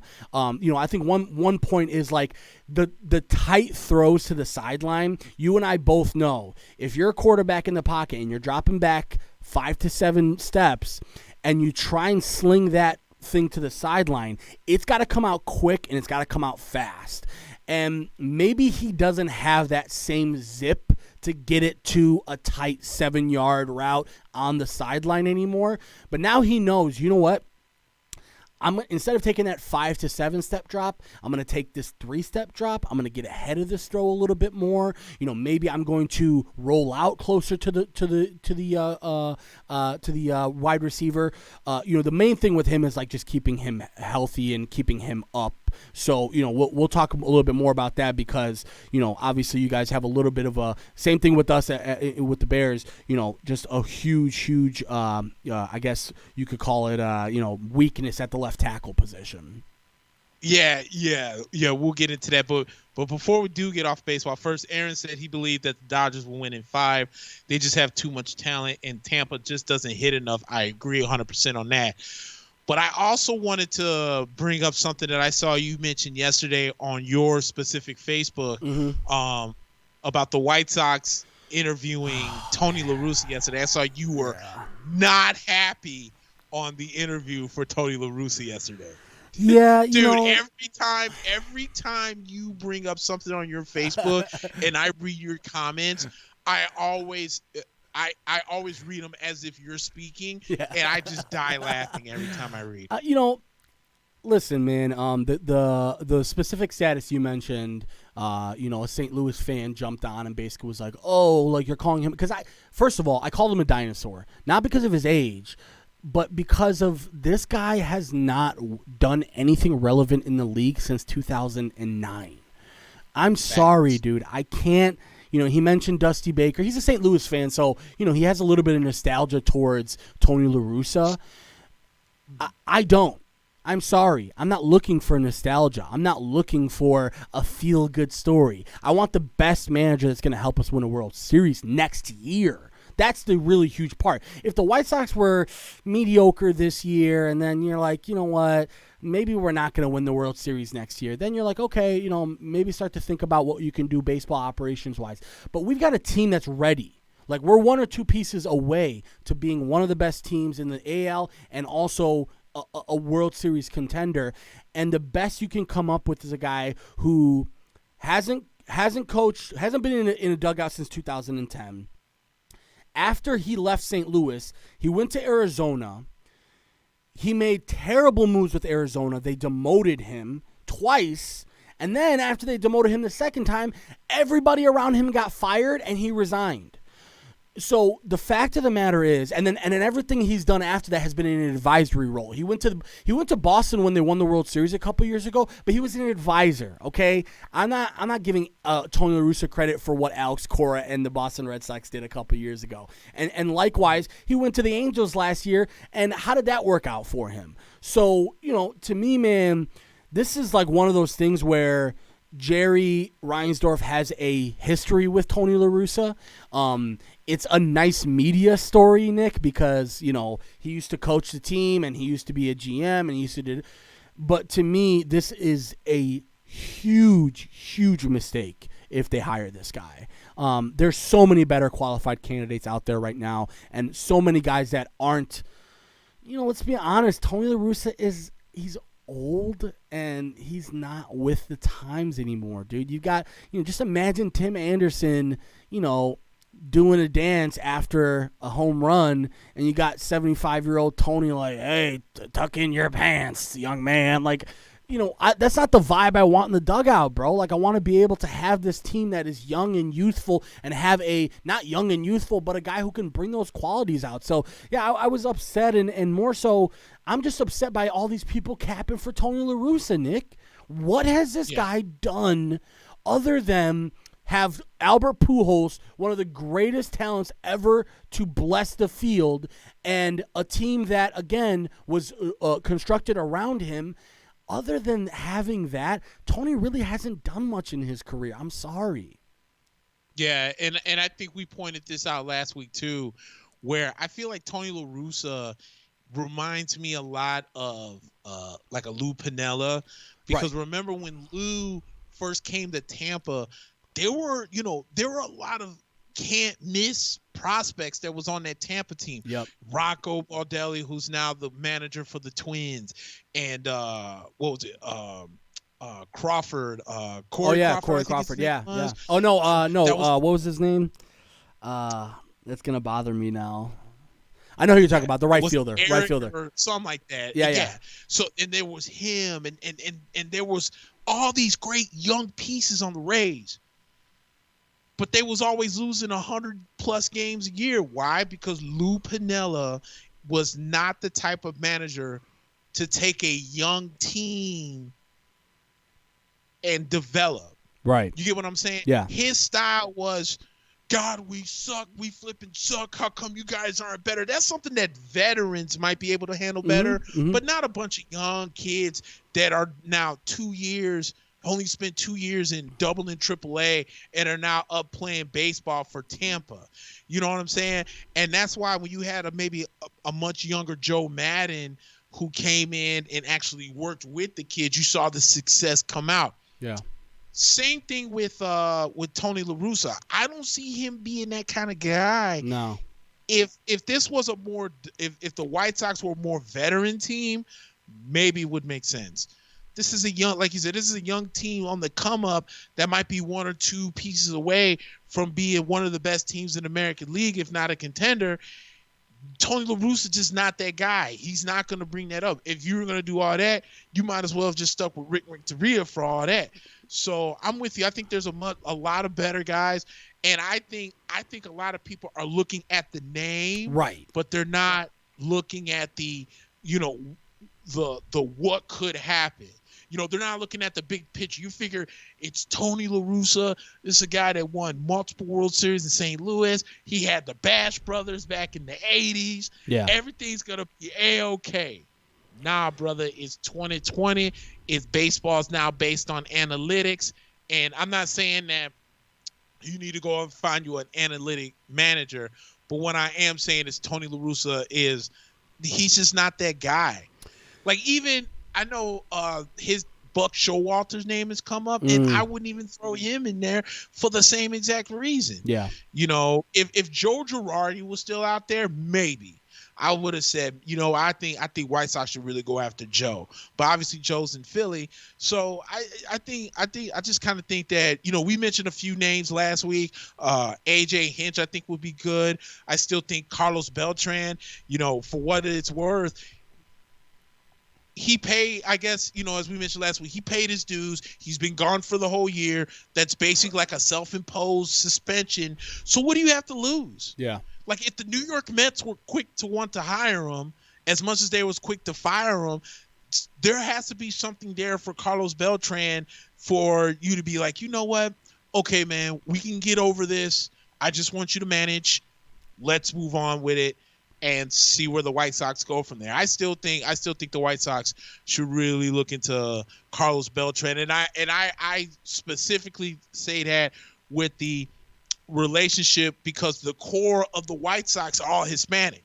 Right. Let's just call a spade a spade. Exactly. Eloy, Yohan, Grandal, Jose Abreu.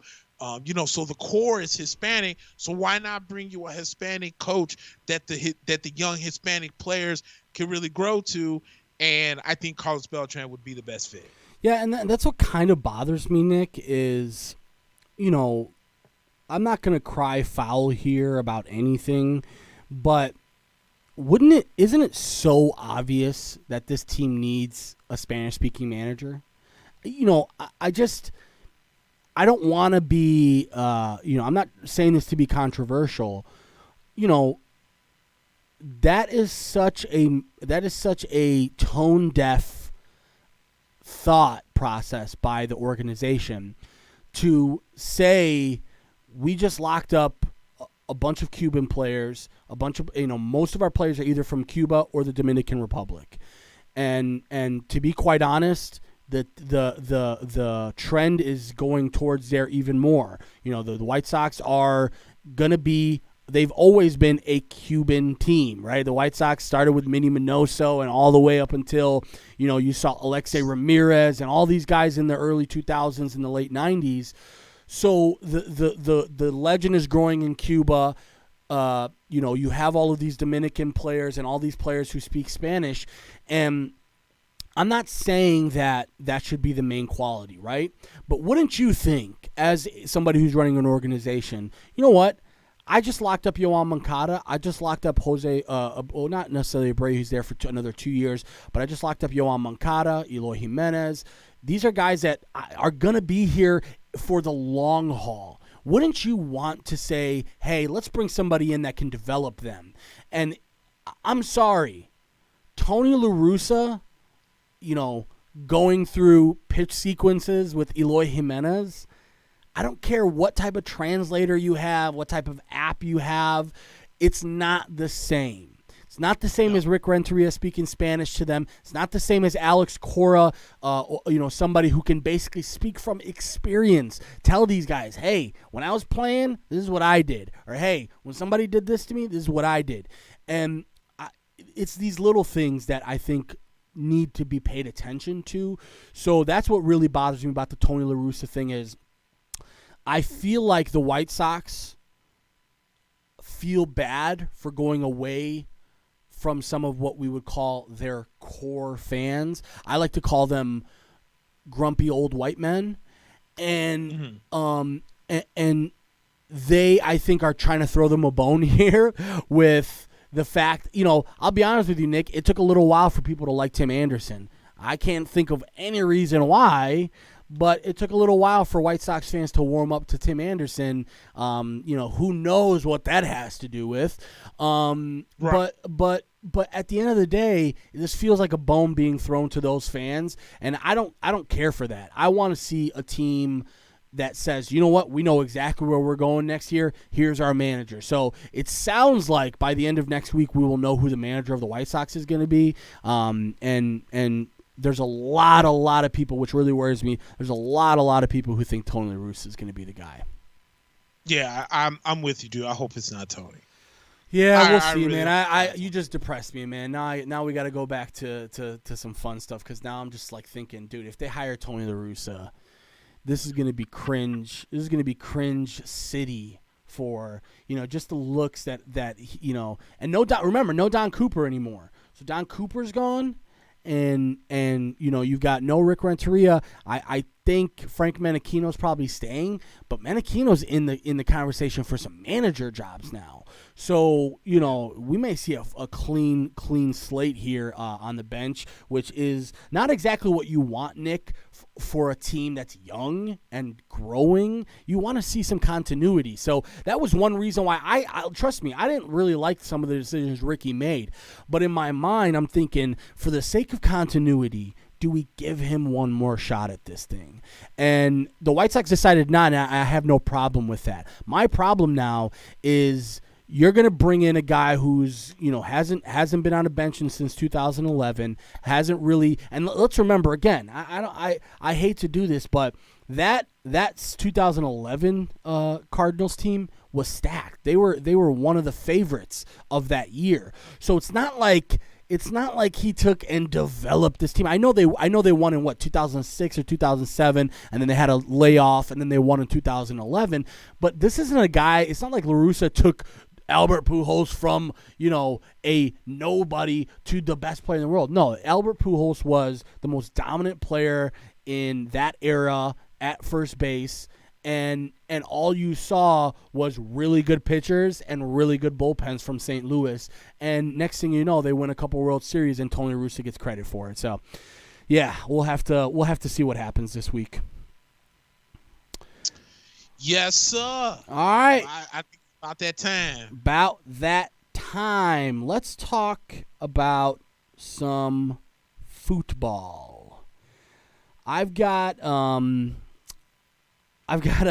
funny story about that Thursday night game because, I've got some fantasy implications here or there. So, and I was watching the Eagles-Giants game on Thursday night. And, I don't know why I draft players from either one of these teams any year. Like, I just don't understand it.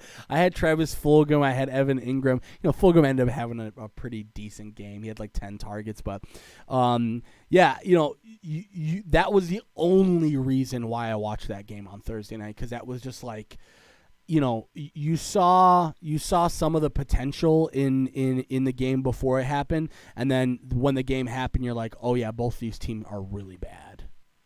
Yeah, it was definitely that, and obviously the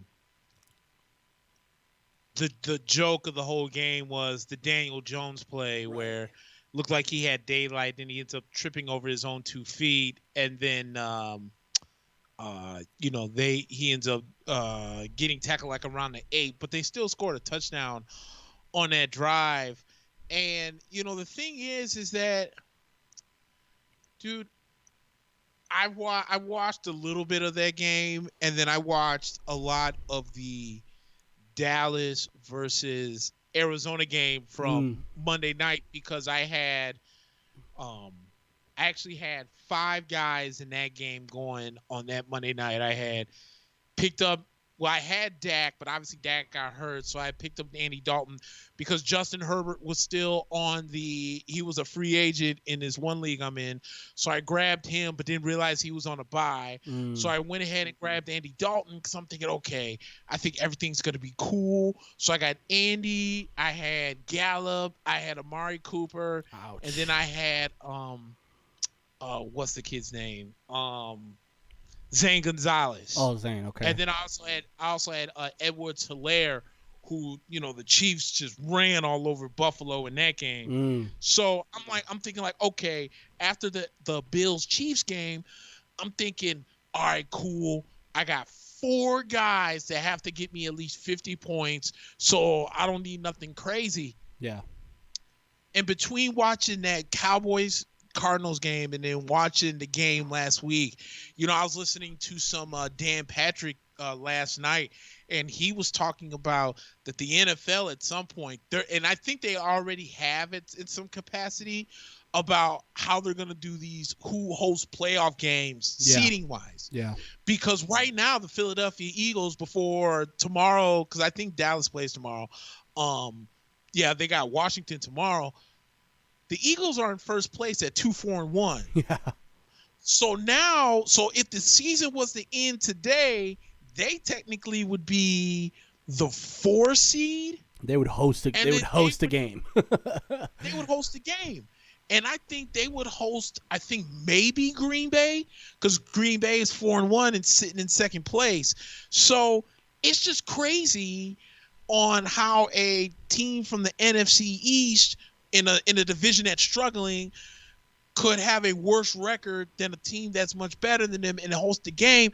And, the Eagles, for what it's worth, I think both of their wins are at home. So you never know how the advantage can be, right, when a team is playing at home. But that's crazy. But, watching that Giants-Eagles game, it just seemed like at one point the Eagles was like, look, we're trying to tank to fix our offensive line, so you guys go ahead take this one. But the New York Giants are like, whoa, wait a minute, dude, we're trying to tank ourselves so we can get ourselves a better offensive lineman, because we drafted Andrew Thomas and we had to bitch his dumb ass in the game against Washington because Daniel Jones was running for his life. So you guys take it, and it just went back and forth. And obviously, Evan Ingram drops a big pass, because if Evan Ingram makes that one pass, Daniel Jones hit Evan Ingram twice in the breadbasket, and this fool, for whatever reason, couldn't catch the football, and it ended up remotely costing him the game. So I don't know, man. I mean, if there's one thing, and I can say this with confidence, if there's one thing that I took out of that game, is I don't really think that the Giants are as bad as their 1-5 record insinuates. Yeah. I still think that, believe it or not, I think Daniel Jones is going to develop into one of the better quarterbacks in the game. Oh, wow. I don't think he's that terrible. Obviously, we see he's got wheels. He's got a strong arm. He can throw. He just needs someone to throw it to. And he needs someone a lot more reliable than Evan Butterfingers Ingram. Yeah. And offensive line, you too. Lost Saquon Barkley. Yeah, offensive line for a guy like that, like he needs time. When Andrew Thomas is just a constant revolving door, it's not like Philadelphia's front seven was that great earlier this year, and they made them look tremendous, especially towards the end of the game. So yeah, and he did hit him on a perfect throw. I mean, a perfectly thrown ball to Evan Ingram that would have iced the game, and Ingram just dropped the ball, and the rest is history. The Eagles take that one 22-21. It's crazy to think about, Nick. The Giants are only 2 games back. That's how bad the division is right now. They're only 2 games back. Yeah. They have a couple of games in hand as far as like against in division opponents. But I agree with you. I think the Eagles said, "Here, take this game," and the Giants said, "Nah, we're good. How about you guys take this one?" So exactly. I think Doug Peterson certainly saved his job with that one as well, because there would have been a lot of talk on Monday or Tuesday morning, Friday morning, and it would have came in the form of either fire Doug Peterson or bench Carson Wentz. Exactly. Phil, who's a diehard New York Giants fan, he said, "I hate using this analogy, but the Giants lost that game more than the Eagles won." I agree with you 100%. As we mentioned, if Evan Ingram catches that football, the game's over with. Yeah. But they gave the Eagles a second chance. And then he said that the Giants played very undisciplined football for the second half of the fourth quarter. And then he also says why the Giants keep Thomas in is mind-boggling. They committed to him. A friend of mine who was a diehard New York Giants fan, I had put on my Facebook, I think it was like a day after the Bucs beat Green Bay, referring to me on my campaign of making Tristan Wirfs the offensive rookie of the year this year, because Green Bay fans who give me gas straight up always talk about, "Hey, well, we got Zadarius Smith and we bolstered our defensive line, and Zadarius Smith is so great. Oh, he's so awesome coming off the edge." 0 hits, 0 rushes, 0 times he touched Tom Brady. Who guarded Zadarius Smith the whole game? Tristan Wirfs, the guy the Giants should have taken at 3 and fell all the way to 13. I still can't believe they took Andrew Every Thomas. Buck fan needs to throw a bouquet of flowers and find Gettleman's house and be like, "Thank you for being an idiot and taking Andrew Thomas over Tristan Wirfs. We appreciate it." Yeah, I didn't mean to interrupt. No, go ahead. Because the reason why I brought that up was because my friend told me in that game against Washington, they benched Andrew Thomas midway through the second quarter. Yeah. Because I watched some of that game, and every time Daniel Jones went back to pass, the man was running for his life. And it was easy moves too. It's not like somebody's putting on these crazy moves. I mean, really, I saw probably 5 or 6 separate occasions where the defensive lineman just did a simple rip to the inside and was in on Jones within 2 seconds. So, part of it is, Nick, and that's why I jumped in, because if you are the Giants and if you're Dave Gettleman, you have to commit to Andrew Thomas. You can't take somebody, what was it, number 3 overall? You can't take somebody number 3 overall and then go, "He's just not good enough. Let's put him on the bench." That's a really, really bad sign if you do something like that. And at the end of the day, I saw stuff that they were saying that, they had committed to him before the game, and they asked Joe Judge after the game, and he was sort of a little bit more non-committal, basically saying that they'll look at it. But, was the loss Andrew Thomas's fault? No, but he had a huge, huge deal to do with it. And let's be honest, one thing that bothers me about the Giants is I know Saquon's gone, but you should be able to run the ball a little bit better than you are right now. Wayne Gallman is not like or Devontae Freeman. These guys aren't world beaters, but God, when your quarterback, he had that big 80-yard rip, but when your quarterback is your best runner, it's usually not a good sign. Yeah, you're 100% on that. And on top of that, did you know that that Daniel Jones run, he has the highest average of faster than Lamar.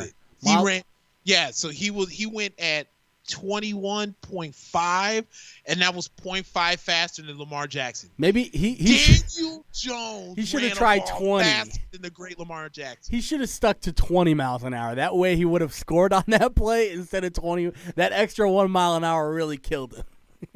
It really, because that's what he said. He was like, "Dude, I was trying to run faster than I thought, and I just tripped over myself."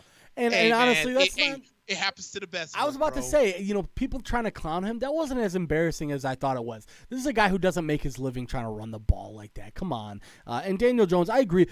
I wouldn't take it to the level you took it, that he's going to be a really good quarterback in the league. But I think this is just another example, Nick, of a young guy who gets drafted high, thrown into the wolves, and then everybody's like, why aren't you performing, bro? It's like, dude, you guys didn't give him an offensive line, constantly hurt. As far as the wide receivers are concerned, Evan Ingram was supposed to, they're throwing pitches and handoffs to Evan Ingram as if this guy is somehow this athletic freak, and he's getting 2 or 3 yards. So, at the end of the day, the Giants aren't doing themselves or Daniel Jones any favors. So do I think this guy's garbage? No, but it's the same thing that we talk about with guys like Mitch Trubisky and other guys around the league, where it's you throw these young guys into these hot pressure scenarios, and then you're looking at them afterwards what happened? Why didn't you do better? Well, because, dude, I'm 23 years old, and Andrew Thomas, the revolving door that is Andrew Thomas, keeps letting random dudes in to hit me. So, I think one thing about Daniel Jones, before we move on, is just that if he can take care of the ball, he needs to take care of the ball. He is a guy who cannot afford to turn over the ball. And we're seeing it with Wentz now. Remember, dude, the Super Bowl year for Philly before he got hurt, remember all those people who were like, Wentz is going to be the next big thing. He's got this. And now we're seeing Wentz is basically, if Wentz couldn't run, he would be in big trouble. So, we have to stop.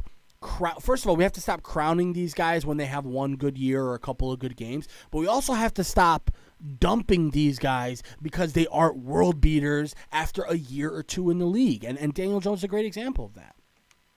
The problem is when you get a guy, the problem is Patrick Mahomes does he does things where, okay, this kid comes out, he has a monster year one year, and then the next year he wins the Super Bowl.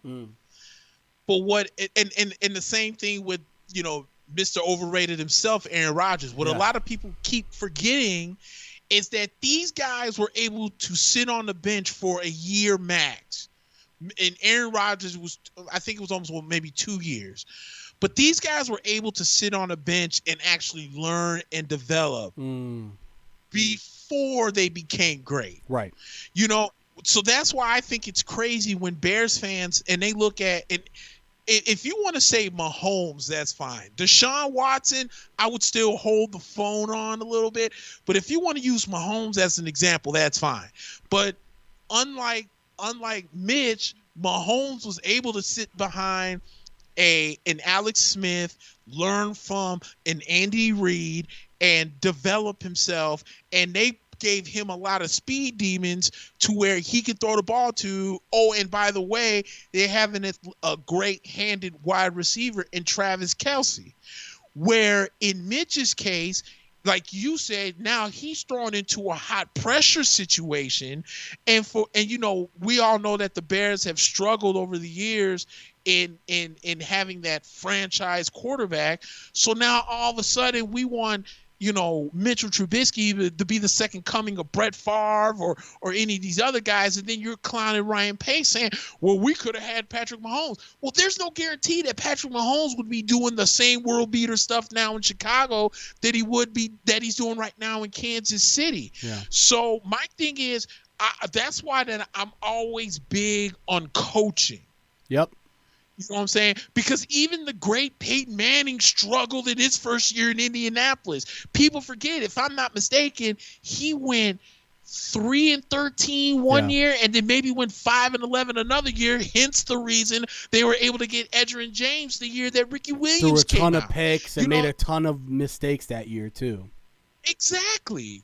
So when and to your credit, dude, because you bring up such a great point, I am not a fan of we drafted him high, so we have to play him. Right. Because it burned the Bears super hard the year that they drafted Cedric Benson when Thomas Jones was doing the damn thing in Chicago. we drafted Cedric Benson third, so we have to see what we get. No, because if Thomas Jones is running the ball just fine, guess what? Cedric Benson can either find a way to get into the offense, or here's a crazy idea. You can't just alternate one or two because, running game does mean stuff in the NFL still. Yeah. But guess what happened? Thomas Jones gets traded to the Jets and had a pretty decent couple years in New York, and Cedric Benson didn't even last 2 years in Chicago.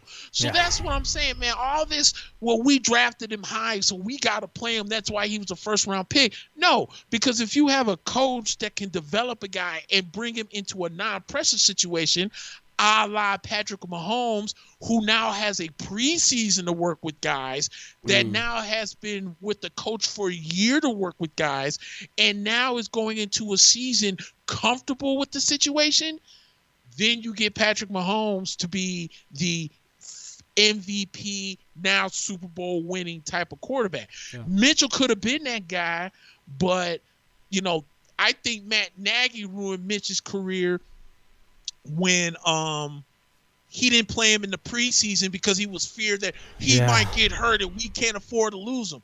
No, that's not how. And it ruined our season too, and it ruined our whole season last year because all we did in the last 8 games was show that we're a really good team, but the first 8 games you played like shit.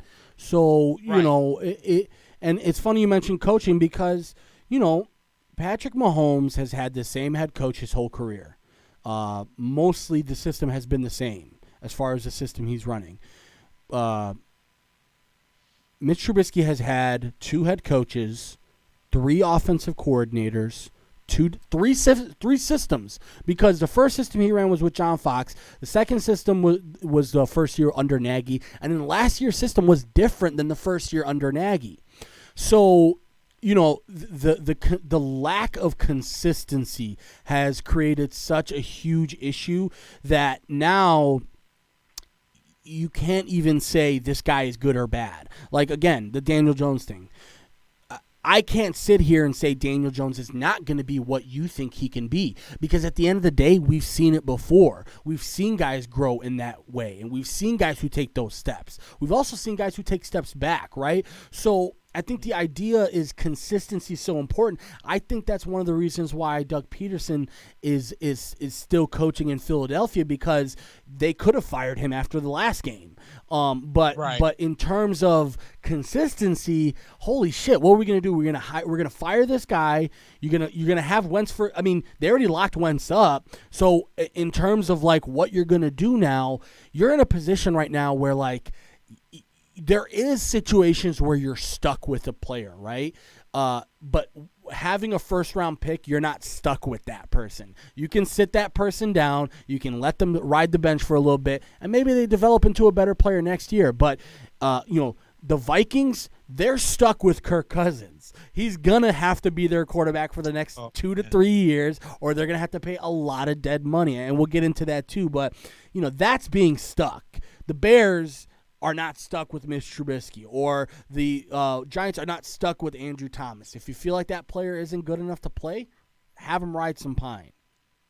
Yeah, Phil said earlier, he said Thomas was benched for the first quarter for disciplinary reasons, came back second quarter, it was benched just because he sucks. That's great. That is great. Oh, man. Yes. All right. Well, yeah. I mean, that's every time. I just want Giants fans to know that, especially after this game, when the Bucs play the Raiders, let Tristan Wirfs have another clean game in this one, or I will make sure that everybody knows that Tristan Wirfs had a clean game in this one. At this point, man, they could have drafted Becton and been better off, or one of the fourth guys, But at this point, man, God, the fact of the matter is, you can't do that with the draft, right? You can't continue to look back and be like, if we drafted that guy, we could have been doing this. But that's a huge one to overlook, and Wirfs dropped. People forget Wirfs dropped pretty much for no reason. There was really little to no reason why he dropped. A lot of people said it was maybe he had some injury stuff, but then it came out that he had no injury stuff. And it was really a lot of people were miffed by the fact that he dropped as far as he did. So I'm not going to blame the Giants for that in specific. I will more so credit the Bucs for saying, you know what? let's bring this guy in because clearly the rest of the league missed on it. And yeah, I thought it was obvious. I mean, other than the ballet act that him and Khalil Mack had, and he had it. Let's be honest, that first half against the Bears, he wasn't great. But we mentioned it last time that we spoke about this. He came out in the second half and was really good, and not only really good, but he was handling different pass rushers. He was dealing with Robert Quinn. He was dealing with Mack as well in the second half, and did a great job. So that's the ebbs and flows of being an NFL player, right? You go through these rough times, and it's about how you can be strong to build through adversity and be better. And we saw that with Tristan Wirfs in one game. You saw it. He had a rough first half, not his best half of football. Second half, he comes out, and next thing you know, there's nobody that can even get past him. So, these are the types of incremental changes that you want to see in draft picks. And Wirfs is already looking like a guy that is going to be all pro for the time being. Daniel Jones. I'm an idiot. Aaron says that Daniel Jones reminds me a bit of Rich Gannon. Secretly mobile, a good arm. He's accurate. He just plays on an awful team, and I think that's a fair assessment. That's a fair assessment, yeah. But if you're the Giants, like you said, dude, I mean, for some reason, I don't know why the Giants think like Evan Ingram is the second coming of Tony Gonzalez, but it is not happening. And this allegiance they have to like Golden Tate. Like I know Tate made a nice play on Thursday, but now they're like, well, after the game, they're like, well, we're starting to think about trading, Golden Tate and some of these guys possibly on the defensive side of the ball. I know they traded Marcus Golden already to the Cardinals last night, but. In terms of what the Giants have done to build around him, not very good. And I'm sorry, I get it. Saquon lost. You lost Saquon. That sucks. But I think it's common knowledge now. You need more than one running back in this league. There's a few teams that are behind on that. The Bears are one of them. The Giants are one of them. You have to have more than one running back. You have to have more than one skill position player. You cannot say Michael Thomas is my guy. That's it. No, because we're seeing what New Orleans is doing now with the lack of Michael Thomas, and even they, and this is crazy to say, even they are saying maybe we will trade Michael Thomas. We'll see. So that's because Michael Thomas is now starting to become more of a headache than they thought he was worth. This man breaks one NFL record, and now all of a sudden, he's Randy Moss. Yeah, sit your dumb ass down, dude. And the Saints fans, they enable that because he had that season where he was basically the number 1, 2, and 3 wide receiver, and they're like, but look at what he did, and it's like, dude, you guys are enabling this stupid behavior, punching a teammate in practice. Bro, speaking of Saints fans, okay, so the last time I checked, the way that the way that numbers have been since the beginning of time. Yeah, since numbers existed. 4 is greater than 3, right? Mm-hmm. Okay, so here I'll do you one better because maybe we can help some Saints fans out because, dude, I'm in a lot of these. My fellow Buck brothers always put me in these little NFC South trash talking groups, and I always accept them. And I always see people post, but I don't really respond to them. That's changed over the last 2 weeks because. So we'll take the Bears Green Bay for instance. The Bears are 5-1. Green Bay is 4-1. Even though the Bears have played one more game than Green Bay. Because the Bears have 5 wins over Green Bay's 4 wins, it puts the Bears in first place. Right. And there's not a Green Bay fan that can say, well, we had our bye week, so the Bears have 5 wins. Green Bay has 4. Therefore, the Bears are in first place, and Green Bay sits in second. Now, to add on to that, 4 is greater than 3, right? Yeah. So if the Bucks sit at 4-2, and the Saints sit at 3-2, let me check the stats. That would put the Buccaneers in first place. Let me check the numbers. I want to be sure. I don't want to. So yeah, no, you're right. Go ahead. 4 is more than 3 still. Okay. All right. Now, Saints fans' logic is the only reason why you're in first place is because we were on our bye. What does that have to do with the fact that with 4 wins, we are standings wise a better team than you? That's like saying the only reason why I'm a man is because I have a dick. That's the only. That's the only. Dude, I thought that Atlanta Falcon fans were idiots. I don't know what school system Saints fans have come from, but they make Falcon fans look like Rhodes Scholars. What a bunch of idiots, dude. Saints fans are idiots. And there's nothing nice about me saying that. I have never met a group of complete other morons until I started really talking to and understanding who Saints fans are. And these guys are a collection of complete utter morons. And Nick, you've been interacting with Saints fans for quite a while. Have you ever seen Saints fans as nervous as they are right now with Breeze looking kind of average? No Michael Thomas has made this team pretty much mediocre and rely on Alvin Kamara. And the defense has not been the type of dominant force that they once were either, especially in the secondary where that was supposed to be one of their strengths. And now we're starting to see it's not exactly one of their strengths. So I have a Saints fan who's a buddy of mine too. I don't think I've ever seen him as sort of, on edge as I've seen him this year. Right, and you want to know why? It's because the Saints have been, on top of the NFC South for over the last few years. Yeah, they're not used to the Bucks being as high as they are, or the Panthers for that matter. Yeah, that's true. Even though they lost to Chicago last week, actually were in position to either tie, let alone win that football game. Yeah. Right. They're actually looking better than a lot of people thought. Because, you would figure Teddy Bridgewater, new quarterback, no Cam. Now you have no Christian McCaffrey. You left them for dead. Dude, they're sitting there at 3-3, a half game behind Carolina. And they both play each other this week. So... And we'll get into it, but the Saints have, like you said, no Thomas. Now they have no Sanders because he's on the COVID list. So who's Drew Brees throwing the ball to? Because all Carolina has to do is stop the run and make Drew beat you in the air. And you're right, dude. They're nervous. Yeah. Because the Saints might be the most fraud 3-2 team in the NFL. Because I don't think they're as good as the 3-2 record is as it's shown. But I'm telling you, dude, their fans though a complete collection of 100% idiots. And also, you got to be.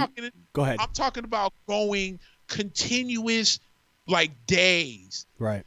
Saying dude, bye week, no bye week, we are still 4-2. That is still a better record in winning percentage than you at 3-2. And your only argument is because you were on a bye week. It's irrelevant to the entire argument, bro. The fact that they even have to say that is enough. But yeah, I was just gonna say, and we'll talk about it here in our previews. But oh my God. Another brutal knockout, and it might be the fastest in UFC history. Let me check this out, Nick. I'm sorry, but Phil Hawes just put a dude on his face, and I think this might be, if it's not, because I think Masvidal has 8 seconds as the fastest in UFC history. Oh my God, this dude is out cold, and Hawes is actually worried about him. I'm sorry to stop the show like this, but Hawes is worried about his guy. Oh my goodness. Well, I'll keep an eye on that, but yeah, we'll talk about it in the previews. But man, New Orleans, you've got to feel like things aren't going your way, and if Drew Brees doesn't pick it up specifically down the field, that's the issue with New Orleans. Go ahead, Drew Brees. Have the 5-yard hitches, have the 10-yard goes, whatever you want to go, or whatever you want to do to give yourself an advantage in the medium and short range. But unless they start trying to get people down the field, they're going to be in big trouble the rest of this year. And I think the main issue right now is I don't think they think they can. I don't think they have enough confidence in Drew to say, go ahead and sling it down the field because, A, his arm isn't as good as it used to be, and B, his accuracy has been below average this year. He hasn't been great as far as putting balls where they need to go. So, I'll get an update for you here about this fight, but let's jump into our first 12 o'clock window game here. Hey, before we do ahead. that, please, I want to bring up a couple of things. First off, Antonio Brown is in Tampa now. Oh, that's right. Yep. I love the move. Not just for the fact of it being Antonio Brown. I love the move for the fact of the Bucks need. I look at it more of wide receiver depth because we've seen Godwin in and out of the lineup because of his because of the hamstring. Mike Evans is not 100%. He's hurt. Tyler Johnson actually had himself a pretty decent game in the game against Green Bay. Scotty Miller has been in and out. So I think a lot of people are saying that Antonio Brown is back. Because remember, a lot of people were saying that they thought that he was a lock to go to Seattle. Mm-hmm. Yeah. But Tom Brady was really on Bruce Arians and Jason Light saying, hey, I need this guy down here. We need depth at wide receiver. We're a little bit thin here. And so the Bucks go to Ali Marpet and say, hey, can we restructure your contract? We'll give you the remainder of your contract. We'll put it in as a signing bonus. He says, okay. They free up $4 million, puts them, I think, around $6 million over under the cap, able to sign Antonio Brown. So my thing is, obviously we're not probably going to get the Pittsburgh Antonio first 3 fantasy picks Brown, but I think bringing that veteran presence on a team that already has a lot of veteran presence on it, especially a guy that's has good hands, hopefully, and still has some of that speed, dude, that's a nice little weapon there for Tampa Bay. So the Bucks really have gone all in because then earlier in the week, they traded for the defensive tackle McClendon in the Jets. Yep. And that story came out when he knew the night before that he was getting traded to Tampa Bay, finished the game, and as soon as the game was over with, he got his stuff and left. He was like, all right, guys, look. They said because the Jets were in Miami, right? So they said he got in a car and just drove right to Tampa. Like, fuck the Jets. Yeah.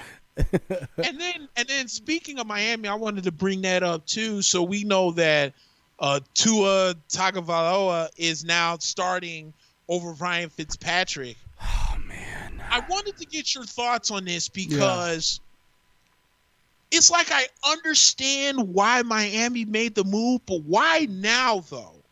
You know what I'm saying? Because think about it. Miami's actually coming off of back-to-back wins. Right. They went into San Francisco and smacked them in the mouth. Then you do what you're supposed to do, and you smack the Jets in the mouth because the Jets aren't that good of a football team. Yeah. But why now?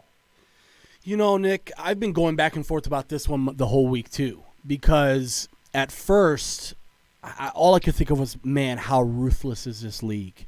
Where you take a team and you lead them to a good record, an overachieving record, and you still get benched. And it's not because he wasn't playing well. I think the decision was just more so, Ryan Fitzpatrick knew he was a placeholder, right? The beginning of the year, he knew, I'm holding this spot warm for Tua when he's ready. I think the main thing right now is that I don't think Tua's ready. I think the fact of the matter is you're throwing a guy into the lion's den and you're telling him go and pick up where Ryan left off. I think that's a really, really ballsy decision. More power to them. One thing that I was going back and forth on too, and you can speak on this because he used to be on your team, Ryan Fitzpatrick, there's a reason why he's a journeyman, okay? There's a reason why he hasn't stuck to a team like probably a quarterback of his caliber is used to seeing. It's because he is a really, really solid quarterback that's never going to do anything great. He's going to be able to get out of the pocket. He's relatively mobile for a guy that's as old as he is. But he's never going to be a guy that's going to be MVP caliber or even, let's say, top 10, top even 15 quarterback in the league caliber. You drafted a kid that you think can be that, right? So clearly what this decision tells me, Nick, is that the Dolphins really don't care what happens this year.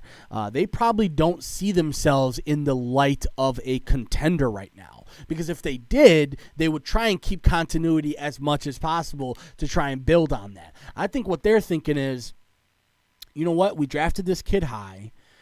He's going to be in there eventually, Nick. If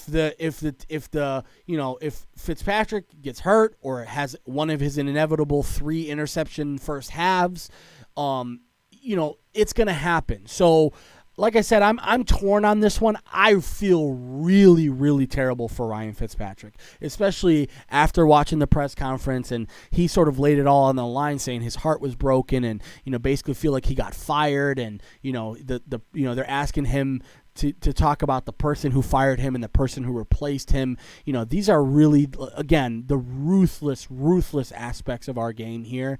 I feel bad for him, but only time will tell whether or not this decision is going to be good. One thing I will say is that, you're now doing what we just talked about, the Bears making a mistake with Mitch Trubisky. You're now doing the same thing with Tua Tagovailoa. So you're basically saying, okay, our quarterback isn't good enough, and we just drafted this kid, so let's see what happens.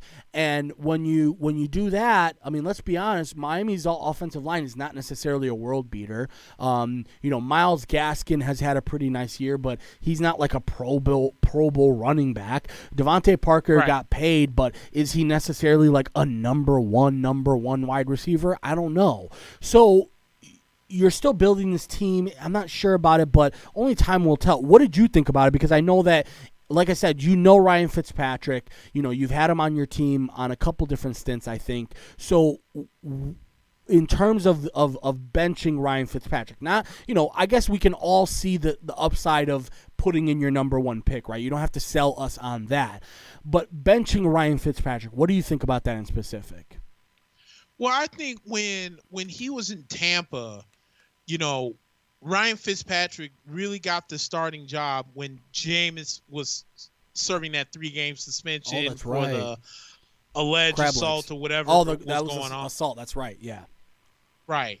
And so Fitzpatrick comes out and has one of the best games probably of his career against the Saints in the first week.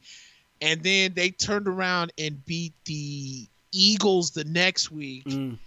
And then, he had a tale of 2 halves in the Monday night game against the Steelers. And then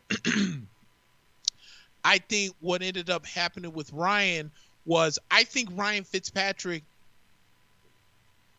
the mindset that you were talking about, he may have had that after that game 3, because Jameis now comes off the suspension, and now we're in Chicago, we all know how that game went. Yeah. It was a massacre for us, and now Dirk is bringing in Ryan Fitzpatrick, and then he's bringing in Jameis, and then Jameis struggles, so then he's bringing back in Ryan. So they was going back and forth. Like you said, Ryan Fitzpatrick is a really good journeyman quarterback, and I think he brought a buzz around Tampa that had been there because, for the first couple of games, the Bucs were looking like world beaters. But at the same time, in this case, I feel it's different, because my thing with this one is, if Miami, what's Miami now, like 3-2? I think they're 3-3. Let me double check that. 3-3. Yeah, so the Dolphins, they're on a bye this week. Hold on one second, sorry. The Dolphins are currently, where are you guys? They're 3-3 currently going into a bye. 3-3. Okay. So they're 3-3. So the Bills are only 4-2. Right. Yeah. And they're starting to come back to earth a little bit. So you're one game behind the league leading Bills. You're one game ahead of the Patriots, and then we all know the Jets suck. So why make this move now? Because if the Dolphins were 0-6, or if they were 1-5, and you had nothing to play for, by all means bring in Tua. Go right ahead. But why not follow the same mold that I'm talking about, or I just talked about recently, with the Kansas City Chiefs? Chiefs had Alex Smith. They have Patrick Mahomes. You let Alex Smith play the season. They had a really good season, but now you're ready to move on because you're ready to bring in Mahomes. In Miami, you have Ryan Fitzpatrick. We know he's 40 years old. We know Tua's coming off the hip injury, but we know he's healthy. But continue to let him learn and play the game. Why? Because your team is 3-3 and they're playing just fine under Ryan Fitzpatrick. Yeah. I don't feel like this was a move that really needed to be made. Yeah. I think it's premature. And I'm not saying that the team is going to be lost, but I'm just saying I don't think that this makes sense because, you know, we don't know what we're going to get from Tua, but in the same breath, it's kind of like, you know, we know what we're getting from Ryan. And again, if the AFC East is right there up for the grabbing now, with Buffalo kind of coming back to being human beings now. Yeah. So I don't know. I think the timing of the move was just bad. Like, if you want to bring in Tua because you're beating the Jets, you know, 24-0, and you know the Jets, if they scored 3 points, would have been a miracle from God because that team is awful. Yeah. That's fine. But to bring him in that situation and then say, okay, well, we're just going to stick with Tua for the rest of the way, I think that was a bad move. Yeah, and I agree. Yeah. And also, I read something that said, I don't know if you saw the picture, but Tua posted a picture of himself sitting on the field a couple hours after, and a pretty cool photo. And there was a lot of Miami media saying that after that photo came out, the buzz around the Tua with the fans was so high, and that basically Brian Flores saw an opportunity that he had a bye coming up and he can give his young quarterback 2 weeks to prepare and get ready for what is essentially a 10-game season. So I agree with you. And especially, Nick, we say it every week on this show, it's really hard to win in this league. Like, really, really hard to win in this league. And the fact of the matter is you've won 3 out of 6 games, and you're now kind of going towards this other direction for the sake of a draft pick. I don't agree with it, but again, time will tell, because trust me, the league is ruthless and unforgiving, and they don't care that Tua had a hip injury. They don't care that Tua is a rookie. He is going to be in big, big trouble as far as blitz packages. Teams are going to go after him and make him, use his legs. That's another huge thing that's going to be a huge part of this, is you're risking injuring this guy. I just don't see it in the era where one hit can end your career, and I'm certainly not hoping that for Tua. In an era where one hit can end your career, I just don't see the upside of this move. So I'm with you 100% on that. I don't get it either, but we'll see in a couple weeks how it happens. But I can understand why Ryan Fitzpatrick was kind of hurt, because I think he's feeling like, like I'm not playing terrible, so what's the point? What else do I have to do? You know, and exactly. And also the real big thing is there's not a huge market for quarterbacks as far as the trade market right now. So, you know, you didn't really do yourself any favors by benching the guy when you probably could have maybe shopped him. I don't know what teams are looking at right now, but I think overall the move was a little bit short-sighted. Right. All right, let's jump into the 12 o'clock window, Nick. We've got yes, sir. By the way, I was going to say, tell us how we did last week. So, all right. So last week you did a really good job. So pick'em wise, you went 10-4, and then you went 9-5 against the spread. And then I didn't do so well. I went 8-6 pick'em wise, but I went 6-8 against the spread. So I got a lot of work to do this week. Yeah, no, and honestly, Nick, I think I may have texted you. If not, I definitely made note to tell you that last week was just a really weird week. Like every single game was just weird. Like I think we had talked about it with the Colts game that we'll talk about in a little bit here, and just some other sort of weird things that were happening. But there were so many weird things, and one of the weird things that happened was the Atlanta Falcons got their first win, and I think overall, though, you saw in what I was trying to say last week, which was like the same way that the Texans got their first win, just based on momentum alone and not having Bill O'Brien in the building. I think we saw that with the Falcons. But I also think we're seeing now the full deterioration of the Minnesota Vikings, and we'll talk about that when we get to them. But the Atlanta Falcons 1-5. They are hosting the 2-3 Detroit Lions. Detroit, after a pretty rough start to the season, has won 2 out of their last 3, including one where in New Orleans, the game against New Orleans, they probably should have won that game. So a very, very, and remember, they were one DeAndre Swift catch away from beating the Bears in game 1, too. So maybe it's about time to start giving some respect to Detroit. And they are a little bit banged up on the defensive side of the ball. So Atlanta is 2.5-point favorites at home. This one is going to be, I think, one of the intriguing matchups of the week, because I think a lot of people are going to be leaning on Detroit, but I really think Atlanta is going to be, especially at home, Atlanta is going to have an opportunity here to show why Detroit is maybe not the best team in the league, because you've got now the momentum of getting your first win. Julio Jones is back and looks to be fully healthy, and defensively they're getting some people back now. And I think, again, just the weight of having Dan Quinn in that locker room, I think, lifted a lot of weight off of the shoulders of guys like Matt Ryan and other guys. So I like Atlanta. I would be careful about the -2.5. I would be very careful about that because Detroit can definitely come in and spoil that. But I like Atlanta with both the picks and the spread. All right, so you're taking the Falcons minus the 2.5. Ooh, this one's tough because, believe it or not, the Lions are 2-1 on the road, and Atlanta's yet to win a game at home.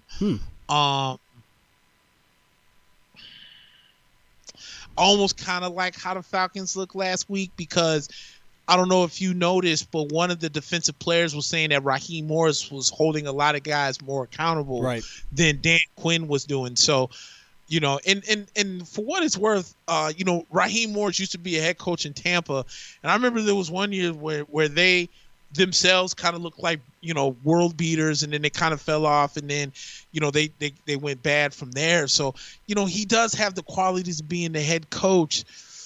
Boy, this one's tough though, because Detroit actually looked kind of good last week. I'm gonna go against the grain on you on this one. I'm gonna take the Lions in the upset. Okay, on both. Yeah, so the Lions, and then I'll take them plus the 2.5. Okay. I mean, that spread's kind of surprising, too, because, I guess it's closer. The Lions did play pretty well last week. Okay, we'll give them that. Yeah, and I think you factor in the fact that I think Vegas factors in, okay, Atlanta played better without Dan Quinn, but the Lions also just won last week, and they're 2-1 on the road. Good point. So I think maybe that's why the spread is so low. Okay. Vegas got their own methods. They've been doing this for quite a while. Facts. So how about an AFC North matchup at noon tomorrow? It's the Cincinnati Bengals, 1-4-1, one of the ugliest records you'll see. Joe Burrow, you got to feel bad for the guy at some point. He's I want to say he's doing his best. That Baltimore game was ugly, but last week, that's a winnable game. That's the one we talked about against Indianapolis, a game where, usually you'd like to see maybe him be able to run some time down because they were up early big, and they just weren't able to do it. Indianapolis just continued to move the ball on their defense, who's really bad. So Cincinnati is hosting Cleveland, and Cleveland is a road favorite, but only by 3 points after a lackluster, I guess you can say, performance last week by Cleveland. I mean, lackluster, it doesn't even begin to describe it. They got destroyed, and it was like, it was 14-0 within, I think, 3 or 4 minutes of the game even starting. Definitely a huge game for Baker Mayfield and company, because you can't lose this one. If you lose to the Bengals on the road, and I think, if I'm not mistaken, they've got a pretty, I think Cleveland and the Bears, not the Bears, Cleveland and another team have a pretty rough schedule coming up. So they got Cincinnati, then they got Vegas, Houston. It's towards the end of the season that they have a tough one. It's Tennessee, Baltimore, and they got Pittsburgh at the end of the season too. So big game for Cleveland. I like this as a bounce back game, especially Joe Mixon is officially out for this game. They just announced it, I think, earlier today while we were on the show probably. So Joe Mixon's out. They're missing some defensive weapons in Cincinnati. I think this is a bounce back game for Cleveland and company. Austin Hooper is going to be out, but overall I think this is one where Baker Mayfield is going to be able to do exactly what Phillip Rivers did last week. I like them both on the points and the pick 'em. So you're taking Cleveland minus the 3. I'm going upset again on this one. Ooh. I'm going with Cincinnati, plus the 3 at home. There's something about the Browns I don't like, and I'm not sure if it's so. They ran into Pittsburgh, and obviously I was doing my homework, because why wouldn't I before I come on to the show? And the Pittsburgh Steelers actually have the second best run defense behind Tampa in the NFL. Yeah, their defense. And we saw that last week where Kareem Hunt couldn't run. Yeah. And then Baker Mayfield was throwing passes. That interception to the pick 6 that he threw to Minkah Fitzpatrick, I don't know where he was going with the ball on that, but it wasn't a Cleveland receiver within 5 yards of him throwing that football. Yeah. So, and then with Cincinnati, I'm with you. Like, I feel bad for Joe Burrow, because I still, I feel the same way with him that I do with Daniel Jones. I think he's going to be a good quarterback. The problem is that he's in Cincinnati, and they have so many holes on that team. Yeah. And now you're going to lose Joe Mixon, so you got to rely on Giovanni Bernard back there now. But yeah, I don't know, dude. It's just something about the Browns that I just don't feel comfortable with. And I think Joe Burrow, he himself has a backup, because the last time these two played, actually Joe Burrow didn't play all that bad, and they hung in with Cleveland for as long as they could on the road. So to do that again at home, I'm going to take Cincinnati plus. I'm going to take Cincinnati in the upset. Interesting. Okay, cool. We've got something to look forward to. This is going to be a good matchup at the noon window tomorrow. The 5-0 Tennessee Titans. Wow. Ryan Tannehill's led Tennessee Titans against the 5-0 aforementioned Pittsburgh Steelers. The Steelers defense looks absolutely bulletproof. They are going to be short a couple players on defense, including a couple cornerbacks, but Pittsburgh still looks really good. Tennessee won it. I mean, that just goes to show you how well Tennessee has played. Our 1.5 point favorites here. Usually Vegas loves the Steelers. So I will say this one. This is going to be, I think, a lot of people have this as a defensive matchup. I have this as a shootout, I think. I think this is going to be one where, very similar to what we saw with Tennessee last week, where, I know it was crazy, that Houston game in 42-36, and, basically the Titans late in the game came and tied it up and forced overtime due to of course, bad time management by Houston. You can't blame Bill O'Brien anymore for that. So Houston's got to find somebody else to blame. But Pittsburgh right now, as far as points per game, giving up less than 20 points per game, they are allowing, they're basically allowing less than 70 yards rushing right now. Like you mentioned, their run defense is crazy, but Derrick Henry is an absolute freak. And again, I see this as more of a shootout, even though Pittsburgh's defense is really good. I see Ryan Tannehill having a pretty good game here. I think they're going to do what they did against Houston, which is get Tannehill involved early. That's one problem that Tennessee has had in the past.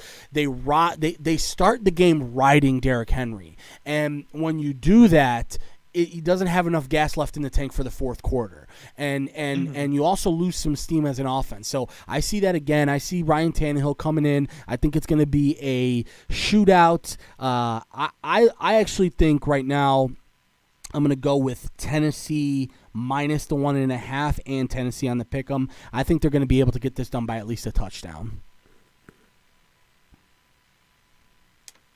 Dude, one of us is going to be gloating by the time. Yes. It's and part of me knows you're going to take Pittsburgh because I think you saw it in them last week, and I knew that Pittsburgh was going to be your pick here.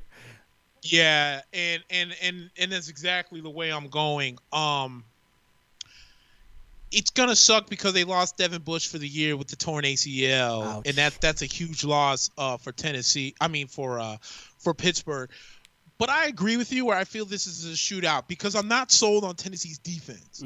The fact that you had to go into overtime against a Texans team that's really not playing for anything at this point, other than I guess retribution, for lack of a better way of saying it. I don't know, man. The Steelers to me look really good. They beat the Browns like they were supposed to, but the Browns have been playing much better. So for them to beat them the way they did last week, just almost is a testament on how good Pittsburgh has been this year, especially with Big Ben coming back. But yeah, I like the Steelers on the road plus the 1.5 in the upset. I think if their run defense stays true to form, even though they are going to be missing Devin Bush, if their run defense stays true to form and they stop Derrick Henry from, making 98-yard TD runs that he loves to do apparently, I think the Steelers have a chance to win, and I like their chances. So I'll take the Steelers plus the 1.5. All right. Yeah, that's a sound pick. And you mentioned at the end, the Pittsburgh Steelers defense does not give up a ton of big plays like that. So the fact of the matter is Tennessee's going to have to grind it out. So, yep, good point. All right, let's go into a matchup that I think you're going to be watching pretty closely. It's an NFC South matchup. New Orleans is going to be hosting the 3-3 Carolina Panthers. New Orleans is coming off of a overtime win. And that was, they had a bye last week, so it was a win the week before, right? They had a bye last week against LA. Yeah, got it. Yeah. So, and then you have Carolina, who I'll be honest with you, Nick, I was impressed with Carolina watching them against the Bears. They have surprisingly a good defense, and I think their front four is better than a lot of people anticipated. I think the problem with Carolina right now is, even though Mike Davis has had some really good statistical days, they really need Christian McCaffrey back in this offense. Like, that would really, really catapult them to being a contender, I think. My big thing right now is, though I don't really feel good about this pick, and by the way, New Orleans is a 7-point favorite. I'm going to have to go with New Orleans in this one, but I would say be very, very careful if you're a betting person and you like New Orleans minus the 7. I would be very careful. It's an in-division matchup. Carolina is not a team. I mean, let's be honest. That game against the Bears last week, the only reason why it was super close towards the end until the Bears intercepted was because Matt Nagy does not know what the hell he's doing when it comes to time management. This guy, 3 games in a row, has a chance to eliminate all the timeouts for his opponent and take time down, and he throws it. And his answer to the question after the game is always, well, I like to put my quarterback in. Just run the ball. Just run the ball. Like stop with all of this nonsense that you got confidence in your quarterback and you like to put this one away. Stop it, dude. So yeah, I like New Orleans in this one, but I'm not very confident. But I'm gonna take them on both. But again, I'm cautioning bettors. I would not be so quick to take New Orleans -7. Yeah, and with that being said, I'm taking the Panthers +7 on the upset. I think the way Carolina can really win this football game is if someone on Carolina catches the football. Right. I think that's what's killing them also. It's not only so much that they lost Christian McCaffrey, but I don't feel like Teddy Bridgewater has a real number one that he can rely and go to. You know, like the Saints have Michael Thomas and the Falcons have Julio Jones. And, you know, for what it's worth, I know Tom Brady really loves throwing the ball to Chris Godwin, but he also has Evans. But Carolina doesn't have that guy. You know, like, is it Curtis Samuel? Like, he's okay. They have him as like a running back this year, too. Yeah, and, you know, Robbie Anderson's good for a catch here and there. But they're like all number 2s and number 3s on certain teams. Yeah. So I think that's one thing if I'm Carolina. But I'm afraid with the Saints. I'm afraid with the Saints because if Carolina's defense maintains Kamara and Latavius Murray, the Saints, I think, are in trouble. No Emmanuel Sanders, no Michael Thomas. So where's the distribution of the ball? Who's the guy that Drew Brees is going to throw it to?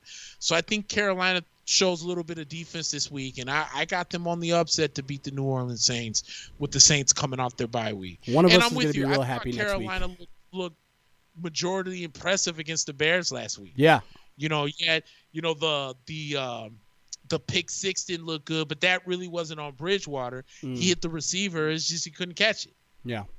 No, I agree. And Jackson comes in. No, go ahead. No, I was just going to say Bridgewater, he looked like a guy that really needed an offensive line because, the Bears were just all over him. Yeah, so, but I like the Panthers in this one. I think Teddy bounces back. And knowing that this is an important divisional game, I can see Carolina taking this one. Okay, all right. I'm about to set a world record for the least amount of time spent on one game. The Jets are 0-6. I'm already writing it down. The Jets are 0-6. They're hosting the Buffalo Bills. The Buffalo Bills are 10-point favorites, and I will be taking the Buffalo Bills in this one. No analysis needed. You can go ahead and go to the next game. All right. I already know you got that. Okay, good. Cowboys, how about them?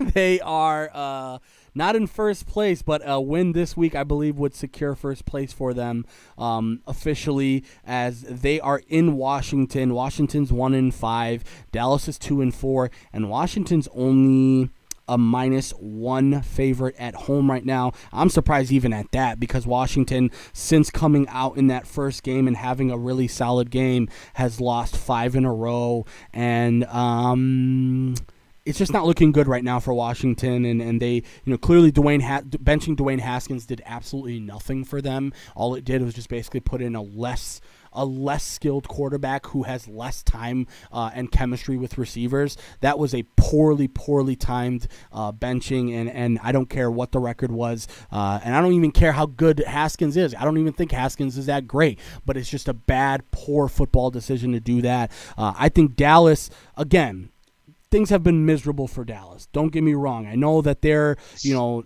not super happy about the way that they had to win against the Giants, and obviously last week was an absolute nightmare. But to me, last week was one of those games you just throw in the trash and you move on. It happened. Arizona came out ready. Kyler Murray was extra motivated in his home state with lots and lots of family there to watch him, extra motivated to kick ass, and that's what they did, 38-10. And again, Zeke couldn't hold on to the ball. You've got an offensive line that, remember how we used to talk about Dallas, like they've got the best offensive line by far of any team in the league, and now you look at it and there's not one guy left from that team, from that offensive line, and most of it has to do with injuries as well. So I'm going to go ahead and go with an upset in this one. I think this is one where Dallas really needs to come out and show that they can reestablish themselves as a passing team, because now we're starting to see that teams are going to be really, really heavy-handed on Ezekiel Elliott. They're not respecting Dalton yet, and Dalton has to make them respect him. So what I would say right now is that I like Washington in this game because, I think time management-wise, McCarthy is absolutely god-awful. And I don't know how I've never been a fan of him, but I don't know how he got that job in Dallas. Jerry just likes to bring in his good old boys who are going to be yes men and be really nice guys to be around because he doesn't want to hear any bullshit on Monday morning. To me, that's a real huge issue, and I think Dallas this week might be the straw that breaks the camel's back for them if they drop to 2-5 and lose to a 1-5 team. Which again, a win for Washington would put them a game out of first place in the East. So I would say I'm going to go with Washington in this one. I think they'll be a little bit more motivated. I think Antonio Gibson, their running back, has a big game, and I think we finally see Dallas sort of start to crumble here after a bad game against Arizona. Let me tell you how bad Dallas's defense is. I don't know how much of that game you watched on Monday night. First quarter and a half. But, yeah, you didn't miss much after that. Okay. In the fourth quarter, at this point, Arizona's up 31-10. They're just trying to run out the clock, okay? Kyler Murray gives the ball to Kenyon Drake, and for the life of me, I can't think of what the guard's name is. One of the guards came and pulled out and hit Jalen Smith, who was in the second level for Kenyon Drake. And this dude went 70-plus yards untouched for a touchdown. And even when he was running for the touchdown, Kenyon Drake was not running at 100%. Like, I think he was even confused if he should just stop running or just go in the end zone. He's like, is this disrespectful? Like, should I go down? Right. And I think at that point he was just like, all right, screw it. Yeah, he was just like, you know what? Screw it. I'm just going to go in the end zone. Dude, Dallas's defense is awful, bro. Really bad. I mean, it is terrible. Yeah. And the fact is that we put so much emphasis. I shouldn't say we. It's more or less me. I'm always talking about, man, when Sean Lee is healthy and Leighton Vander Esch is healthy and Jalen Smith is healthy, this linebacking core can maybe sum up some of the L's that the defensive line, because, you lost McCoy for the year with the quad injury. DeMarcus Lawrence has not been playing great. Your secondary's not that good. But maybe that if you can at least stop the run with your linebackers, everything will be great. And the three names that I just mentioned are the three names that have struggled the worst. Yep. Sean Lee can't stay healthy, God forbid. Yeah. Jalen Smith, as far as I'm concerned, is way too small for a linebacker. Way too small.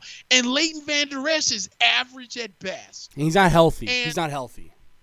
No, and what's killed, and I think the lucky thing for them is that they're playing Washington, because the football team is awful on off. There is absolutely nothing special about the Washington football team on offense. Yeah, you can blame it on Dwayne Haskins all you want, but Kyle Allen ain't getting it done. Alex Smith, the feel-good story, ain't getting it done. You have no wide receivers. And the only great white hope that you had on offense in Darius Geis, you cut him before the season even started because he was out there being stupid and got himself in trouble. Yeah. So I'm actually going to go with Dallas on this one. I'm not confident in the pick, but I'm going to go with Dallas. But I'm going to tell you what. If they do lose this game, Dallas does, at some point Jerry Jones is going to have to clean house, because when your players are coming out and saying that they don't even have us, like the coaches don't even prepare us the right way for these games, mean that there's an issue. And I'm with you. Like, I thought at one point, Mike McCarthy got an unfair shake with what happened to him in Green Bay. But looking at the way Dallas is, maybe Green Bay made the right decision, because Mike McCarthy, I feel like sometimes has these Tecmo Bowl-like plays. Yep. And it doesn't take a rocket scientist to figure out what you're going to throw, because there's no way in hell you have Amari Cooper, Michael Gallup, and CeeDee Lamb, 3 of the most talented receivers in the game, and Andy Dalton. One can't get open in Amari Cooper for whatever reason. One can't catch a pass in Michael Gallup for whatever reason. And you barely... I think you cut out on us there, Nick, but... It's got to give. Yeah, you cut out on us out there towards the end, but yeah, no, you're 100%. And I'm sorry, Nick, but if you are the Dallas Cowboys and you go 2 quarters without 1 target to your best receiver, you're not doing a good job of game planning. Simple as that. Not at all. Not at all. And I think that's what some of these anonymous players that came out with that story of them saying that they're not even preparing us right. Yeah, no, and I guess they're not. Yeah, and that's not the thing is, people were like, "Whoa, how could you do that? I hate anonymous." Dude, anybody who watches the Cowboys play can tell they're poorly coached and can tell that they have poor game planning. So what are we even talking about here? Just because a player said it anonymously, but you can notice it with your own 2 eyes? I'm sorry, dude. I don't care about any of that anymore. Like, I guess people are saying, well, what would happen if the Bears had a player come out anonymously? I'd be okay with it, because he'd probably be saying something that he's rightful to say. So, again, we'll get to the Bears later, but, there's got to be some sort of stopping point. And I want to ask you a question before we move on. I don't want to spend too much time on it, but I want to ask you, at what point does Jerry Jones look inwards and go, maybe me and my son are not cut out to run this organization? Maybe I could be the owner, but maybe me and my son are not the best football operations guys to run this thing. Because let's be honest, they got lucky with Dak. Dak was not really highly touted out of Mississippi State. I don't know if I watched him at Mississippi State. He was a run quarterback. He was an option quarterback, a guy that was a guy that didn't really have any potential to be an NFL stud. And next thing you know, they get lucky with him. Ezekiel Elliott was a can't miss prospect, and then they went out and made a trade with the Raiders, which. I don't know, dude. I don't know who won that trade between the Raiders and the Cowboys, because the Raiders got a first-round pick out of that. And the Cowboys now, the way that they're using him, is it really worth having Amari Cooper? I know he had a tremendous season last season, but now when you're looking at it, you're like, is this even worth it? So at what point does Jerry Jones and his son look in the mirror and go, maybe this isn't what we should be doing right now. Maybe we should just cut the checks. Yeah, and I'm with you on that, because I think the problem is with Jerry Jones, I feel like there's too much pride. And what I mean by that is, God forbid that you realize that maybe you're the reason why these teams are taking the L's the way they are. Yeah. And you can actually man up and be like, you know what? I'm going to let y'all run the squad. I'll just cut the checks, and whatever happens, happens. Because I think the problem is that Jerry and the boys, now even though they haven't won any Super Bowls with him, I think Jerry and the boys are so high that they might be these quarterback gurus, in a sense of, we got Tony Romo in like the 6th round from Eastern Illinois. And look what we did to Tony Romo's career. So we're going to turn around and we're going to make Tony, we're going to make Dak Prescott like the next Tony Romo. We're not going to give up on him, because we know that we're quarterback gurus and this, that, and everything else. And you can't do that. Like, you got lucky when it comes to Tony Romo. But the thing with Dak is like you said, and I watched him in Mississippi State as well, he was an option quarterback who could run really well, but wasn't really better at throwing the ball more than 10 or 15 yards. And the thing is now you drafted him, you had to put him in the lineup, because I think it was Romo that got hurt that put Dak Prescott in that position to be where he's at right now. And the sad thing is that if they come out And, Washington's, front line, for what it's worth, is actually really good. If you can't protect Andy Dalton, they're going to be in trouble. Yep. Yeah. And if you really come out of this game and now you find yourself in third place where you're behind Philly and now you're really behind Washington, and the Giants are knocking at the door for third place, I'm with you, dude. When does, I think it's until the grave, because Jerry Jones doesn't seem like the kind of guy who would say, look, I'm not going to make any decisions anymore. But I didn't think George Steinbrenner would do the same thing, and he did at some point in his life. So we'll see what happens. But I don't know, dude. Dallas is going to be in a lot of trouble if they don't come out away with this win. Yeah. And it's so frustrating to watch them play, too. Because you would have thought that last week was going to be the game where it's Dak and it's Dak. Dak's gone. So it was the Ezekiel Elliott game. We're going to feed Zeke. He's going to run all over Arizona. Everything will be just fine. Next thing you knew, it was 21-0. 2 fumbles and 5 touches. Yeah. Exactly. Yeah. So, also in terms of that, I think you hit it on the head. It's a pride factor. It's like this dude loves to be in the spotlight. He loves having his Monday morning interview on his radio show. He loves being the guy that everybody goes to for decisions. He's going to have to put his pride away at some point and say, you know what, the Dallas Cowboys are bigger than Jerry Jones, no matter what he thinks, unfortunately. Yep. All right, let's stay in Texas. Houston is 1-5. They are hosting 4 and now 1 Green Bay Packers, thanks to your Tampa Bay Buccaneers. The Packers are a little bit banged up right now. I know that they're missing a couple key people on defense, especially in the secondary. Their offensive tackle, David Bakhtiari, will be out for this game. But again, just an overall bad game for them against your boys. 38-10 was the loss last week, and we talked about Houston already coming off of that overtime loss against Tennessee, where that was very winnable for them. Green Bay 3.5-point favorites on the road. As much as it pains me to say it, I've got to go with the Packers here. I'm sorry, I'm off this Houston train fully. I think Houston needs to start to trade some pieces. Trade. I'm hearing that Will Fuller's on the market, and I'd love for the Bears to go out and try and make a move for Will Fuller. I think that would be a tremendous pickup for us. And even like a Kenny Stills would be a lower grade 1-2. But I think Houston's going to lose this game, and they're going to start unloading before the deadline, another week and a half or so. Who do you got in this one? I'm gonna take Green Bay to win, but I think I'm gonna take Houston plus the 7.5. Okay. No, it's 3.5. Yes, 3.5. Yep. That's a surprisingly tight one. Obviously they're on the road, so I would give them that, but that's surprisingly tight. I don't know why my internet's going in now.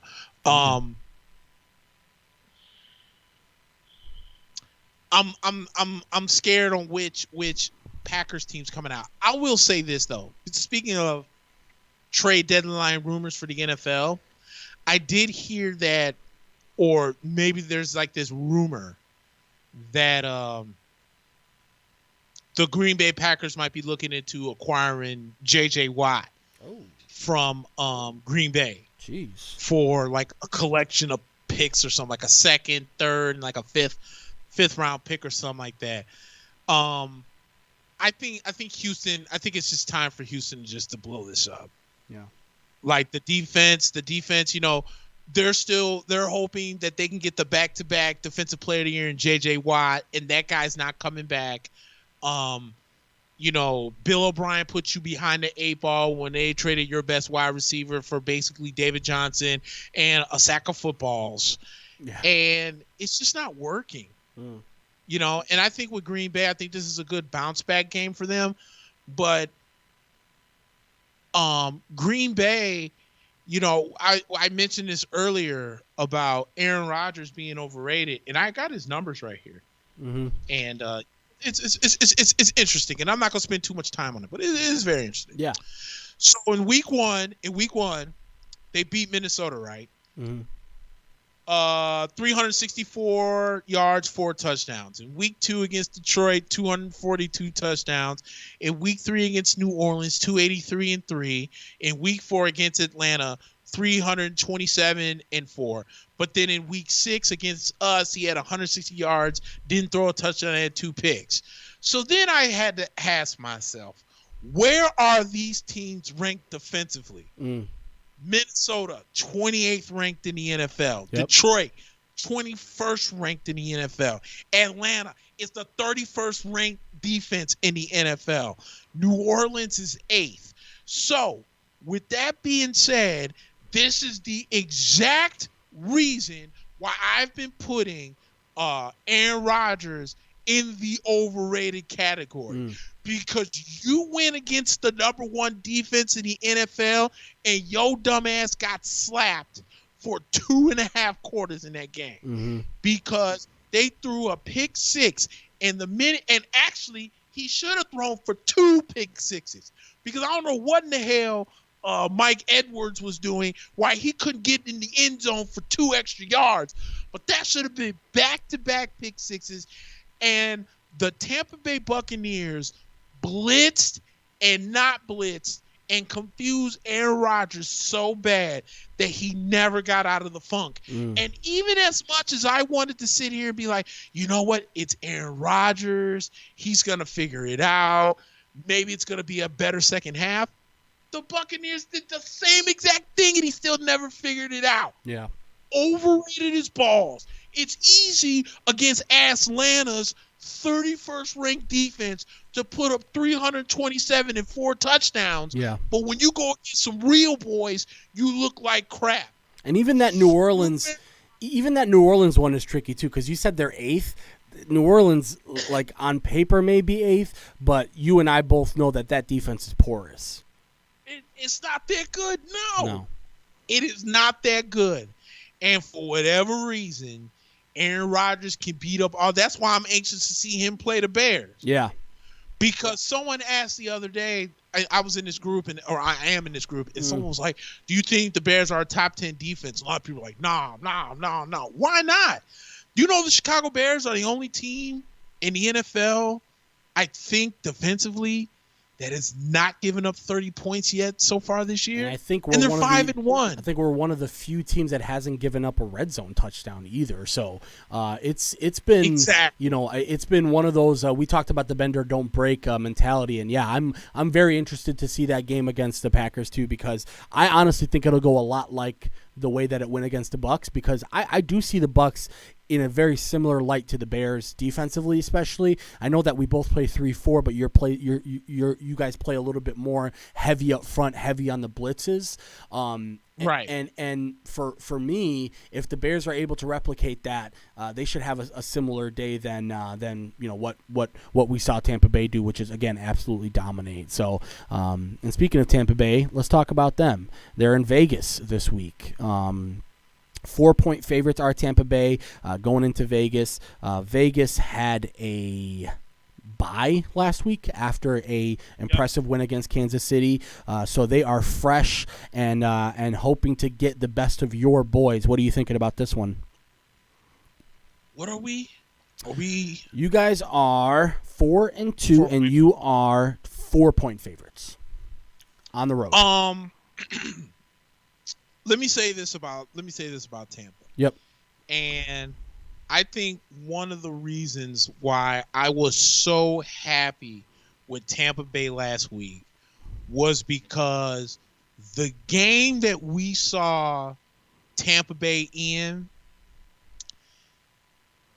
reminded me so much of the Glory Buccaneers, where it was, we're running the football, because Ronald Jones now has 3 consecutive games of 100-plus yards, and I think it's going to be 4 because the Raiders give up 126 yards per game on the ground. So the Bucs should take advantage of that. But you're running the football effectively. Tom Brady only had 166 yards, but they were about the most effective 166 yards in football. but mostly was the defense really showed up. And where Tampa Bay has been thriving over the last year and a half on defense is being the number one rush defense in the NFL. And I think what I saw last week is a formula where if Tampa Bay continues to do this as the season progresses, our Super Bowl chances are going to get much better. Because if you can stop the run and you pretty much know that the team's going to pass, it doesn't take flipping rocket science to figure out what they're going to do. Yep. So when Aaron Jones has had a really fine season for Green Bay, but when they stopped Aaron Jones and Jamal Williams in the backfield and knew that Aaron Rodgers was going to be throwing the ball, it was at that point that Todd Bowles was like, okay, we're going to bring heat here. We're going to bring heat there. Okay, we got the pick six, so we're going to bring more heat. Now Devontae Adams just dropped the pass that almost became a pick six. Now we have the lead. Now they can't run the ball. Now we know they're going to pass. Now we're going to confuse Aaron Rodgers. And the whole formula worked. So now you go into this game against Las Vegas. Josh Jacobs is a real fine running back. He's really good. But if Vegas can't run the ball and you're asking Derek Carr to beat the Tampa Bay Buccaneers defensively, the number one defense in the league, the Vegas Raiders are going to be in a lot of trouble. And I think that what really is and I hate to use the COVID for any positive light in this, but the fact that the Raiders can't even damn near practice because Trent Brown had COVID, and now when they realized that he had it, they had to send the whole offensive line home to where now we can't even play on Sunday night anymore. We have to play on Sunday afternoon. And if that was the case, then just make the game tomorrow. Right. I would rather you make the game on Monday because it doesn't hurt Tampa Bay because Tampa Bay plays the Giants on Monday night next week anyway. So you're still going to get 6 to 7 days rest. So the only way I can see Vegas really winning this football game, or at least the formula that they're going to have to figure out, is Tampa Bay's run defense. If they can't run, Derek Carr is not in any way beating this Tampa Bay defense. Yeah. Not by himself. So, but I don't see that happening. The Buccaneers have stopped some of the best running backs in the game. I know Christian McCaffrey got hurt, but they put him in check. They put Aaron Jones in check. I know the Bears don't run the ball that much, but David Montgomery didn't have that great of a game. And for what it's worth, even though we lost to the Saints, the only reason why we lost really to the Saints was because Alvin Kamara's 2 touchdowns were passes out of the backfield. Yeah. So I think that there is a confidence in this Buccaneers defense that maybe wasn't there maybe the first 2 or 3 weeks, but you saw the full potential what this Buccaneers defenses can be. So I like Tampa Bay minus the 4, obviously, in this one. But I was so glad to see the way that they played last week because this could have been one of those letdown games. Yep. This could have been one of those Aaron Rodgers fresh off the bye is going to tear him up games. This could have been a let's kiss Aaron Rodgers and Matt LaFleur game. And Tampa Bay. And here's a funny thing. I have a friend named Todd who's a Chiefs fan because, Colin Cowherd went on to, his show and said that he felt that the Buccaneers were the best team in football. And my friend came to me and he was like, well, I have the Chiefs ahead of you. How can you have the Kansas City Chiefs a better team than us when defensively we're 80 times better than you are? You're the same team who, oh, by the way, are ranked 30th, as I told you, I've done my homework, are ranked 30th against the run in football and proved it 2 weeks ago when the Raiders slapped you in the mouth when Josh Jacobs went for over 100. Yep. So, do I think we're the best team in football? Maybe not. I think maybe Pittsburgh is a little bit better, but at the same time, Pittsburgh just lost one of their main pieces in Devin Bush. So I like the way Tampa Bay played last week. I was very happy, and I think they bring that momentum into now Sunday late afternoon, and I think they go on the road and beat the Raiders. Yeah, I like them too. I think, for all the reasons you just mentioned, and I think, the the Raiders coming off of what you talked about was a tumultuous week with the COVID stuff and everything like that. I'm going to go ahead. You could put me down for the Bucs for both of those, to pick them in the points there. And by the way, if you guys are looking at me, I'm watching this Whitaker and Cannonier fight as well as listening here. So that is probably, it's in round 2 right now. It looks like Whitaker took round 1, and this round 2 is pretty close. And then after this fight is the Khabib Gaethje fight. So we're pushing pretty close here to the main event in UFC 254. Did you? I'm sorry, I cut you off there, Nick. Did you want to say something? Oh no, let's go to the next game. All right, cool. So Kansas City, the aforementioned Kansas City, 5-1 is in Denver. Denver is 7.5 point dogs. It's pretty crazy to see 7.5 points for Kansas City with all the injuries that they have. Mitchell Schwartz, Sammy Watkins, a couple other guys. So Vegas clearly still seeing the Chiefs as a threat on the road. I like Kansas City. The only reason why I like Kansas City is because I see this as a little bit of a comeback, or a little bit of a get back at you game, because Denver did rough up Patrick Mahomes the last time they played, and Patrick didn't really look that great. I think Patrick probably takes that a little bit personally here. I like Kansas City, but I would also be very careful about the points, the 7.5 points. I wouldn't be too confident about that for Kansas City, because Denver is at home, and with the elevation and their defense, you never know. So I'll go ahead and I'll take the risk on it. I think Kansas City is going to be good both on the points and on the pick 'em. I think they'll win by at least 2 touchdowns.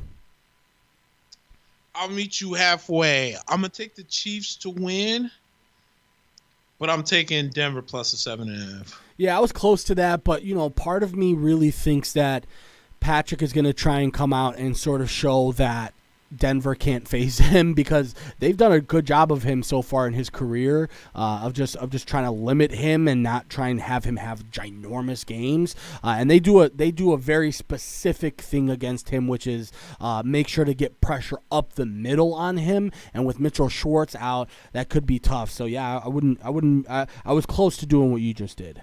Yeah.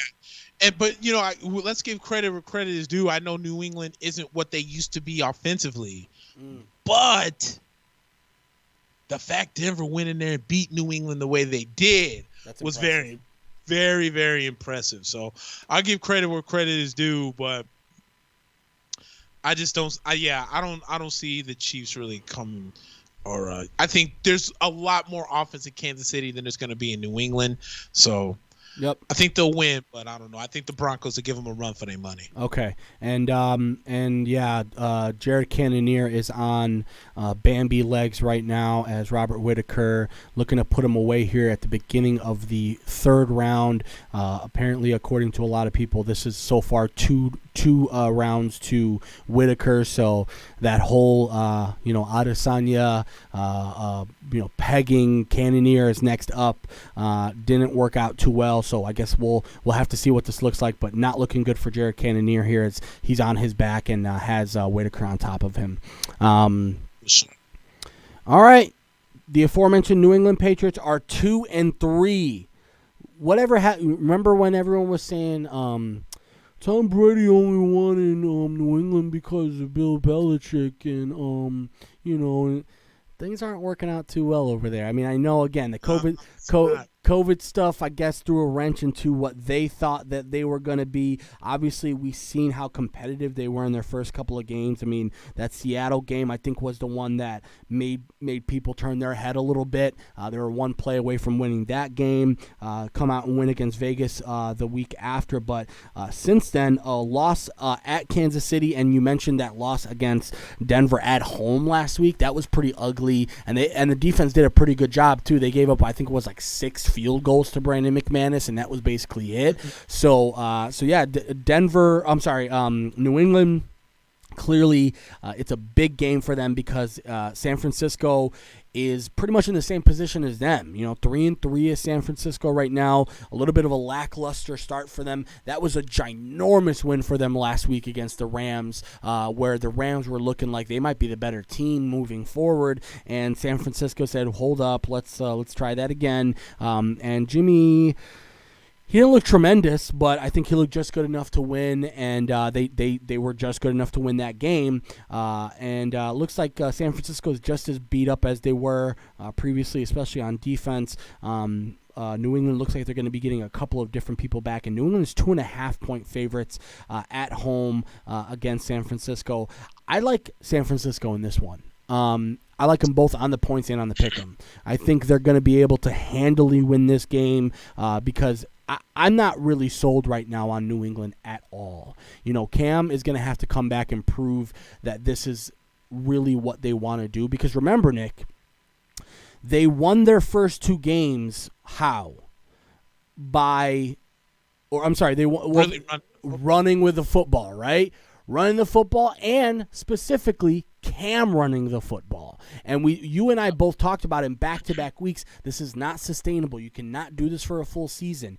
And we saw that against Miami, he did it. Against Seattle, it was a very big part of the game plan. They still lost the game. And the next game against Vegas, they were able to win that game on the feet. So what I'm thinking right now is it's going to be really tough for I think the 49ers defense, as banged up as they are, I think they have enough on the front four to be able to stop the run. I like their athleticism. I think they're going to need a couple turnovers, and I think they're going to need the 49ers to come out and have, they're going to need the offense to come out and score some points. That's what's going to really be the big thing here.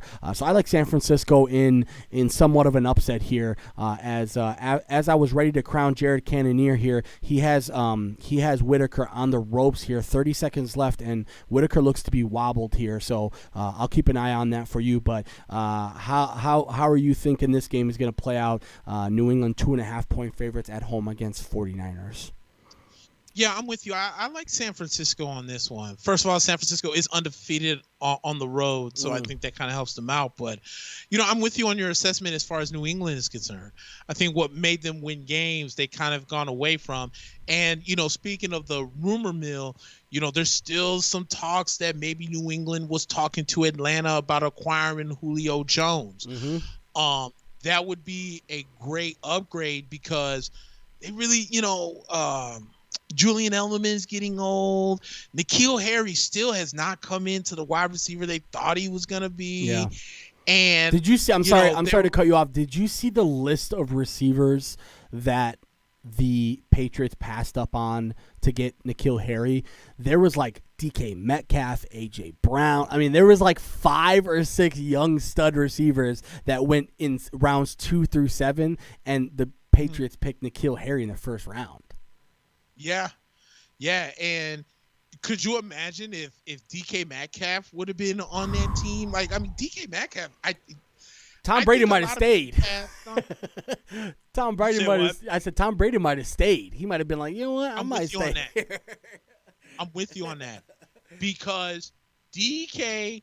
I don't know if people thought that maybe he was just a gimmick wide receiver because of his size and the SEC. I know that some teams have good defenses, but he just went to Ole Miss. He's just a gimmick guy. Like, what's the big tight end that played in Baylor? Someone like him. Yeah. I know who you're talking about. Yeah. You know what I'm saying? Yeah. So the thing about DK was that he had that lightning quick 40, but his 3-cone drill, which is like basically like almost quickness, was that of an offensive lineman. It was that bad. So I think a lot of teams were scared off by him, but he had that tremendous 40. Remember his 40, a guy that size to run his 40 was crazy, but they saw the 3-cone drill and thought he was not going to be quick enough to be a receiver in this league. And Seattle's making them look foolish on that right now. Very foolish. So I don't know, man. I think New England's kind of kicking themselves in the butt with that, and it's funny, and it's funny that no one mentioned it, but you just did. It was all fun and games when everyone was clowning Tom Brady in the first week, like, oh well, look, Tom Brady just threw 2 interceptions, and look, Tom Brady just threw pick six. And look at Cam in New England. Bill Belichick looks fine. Funny how the tables have turned, and it seems real quiet from that Patriot front because you guys look like the pedestrian team that I think a lot of people thought. I give the 49ers credit where credit is due. They really went out and played themselves a hell of a football game against the Rams last week. They actually played better defensively against the Rams than I thought they were going to. But I like San Francisco. Even though they're not going to have Raheem Monster, it looks like he's going on the IR with the leg injury. I think the 49ers are going to be okay. So I'll take the 49ers plus the 2.5. Okay. And before we move on to the last 3 o'clock window game, Robert Whittaker did officially win the fight by decision.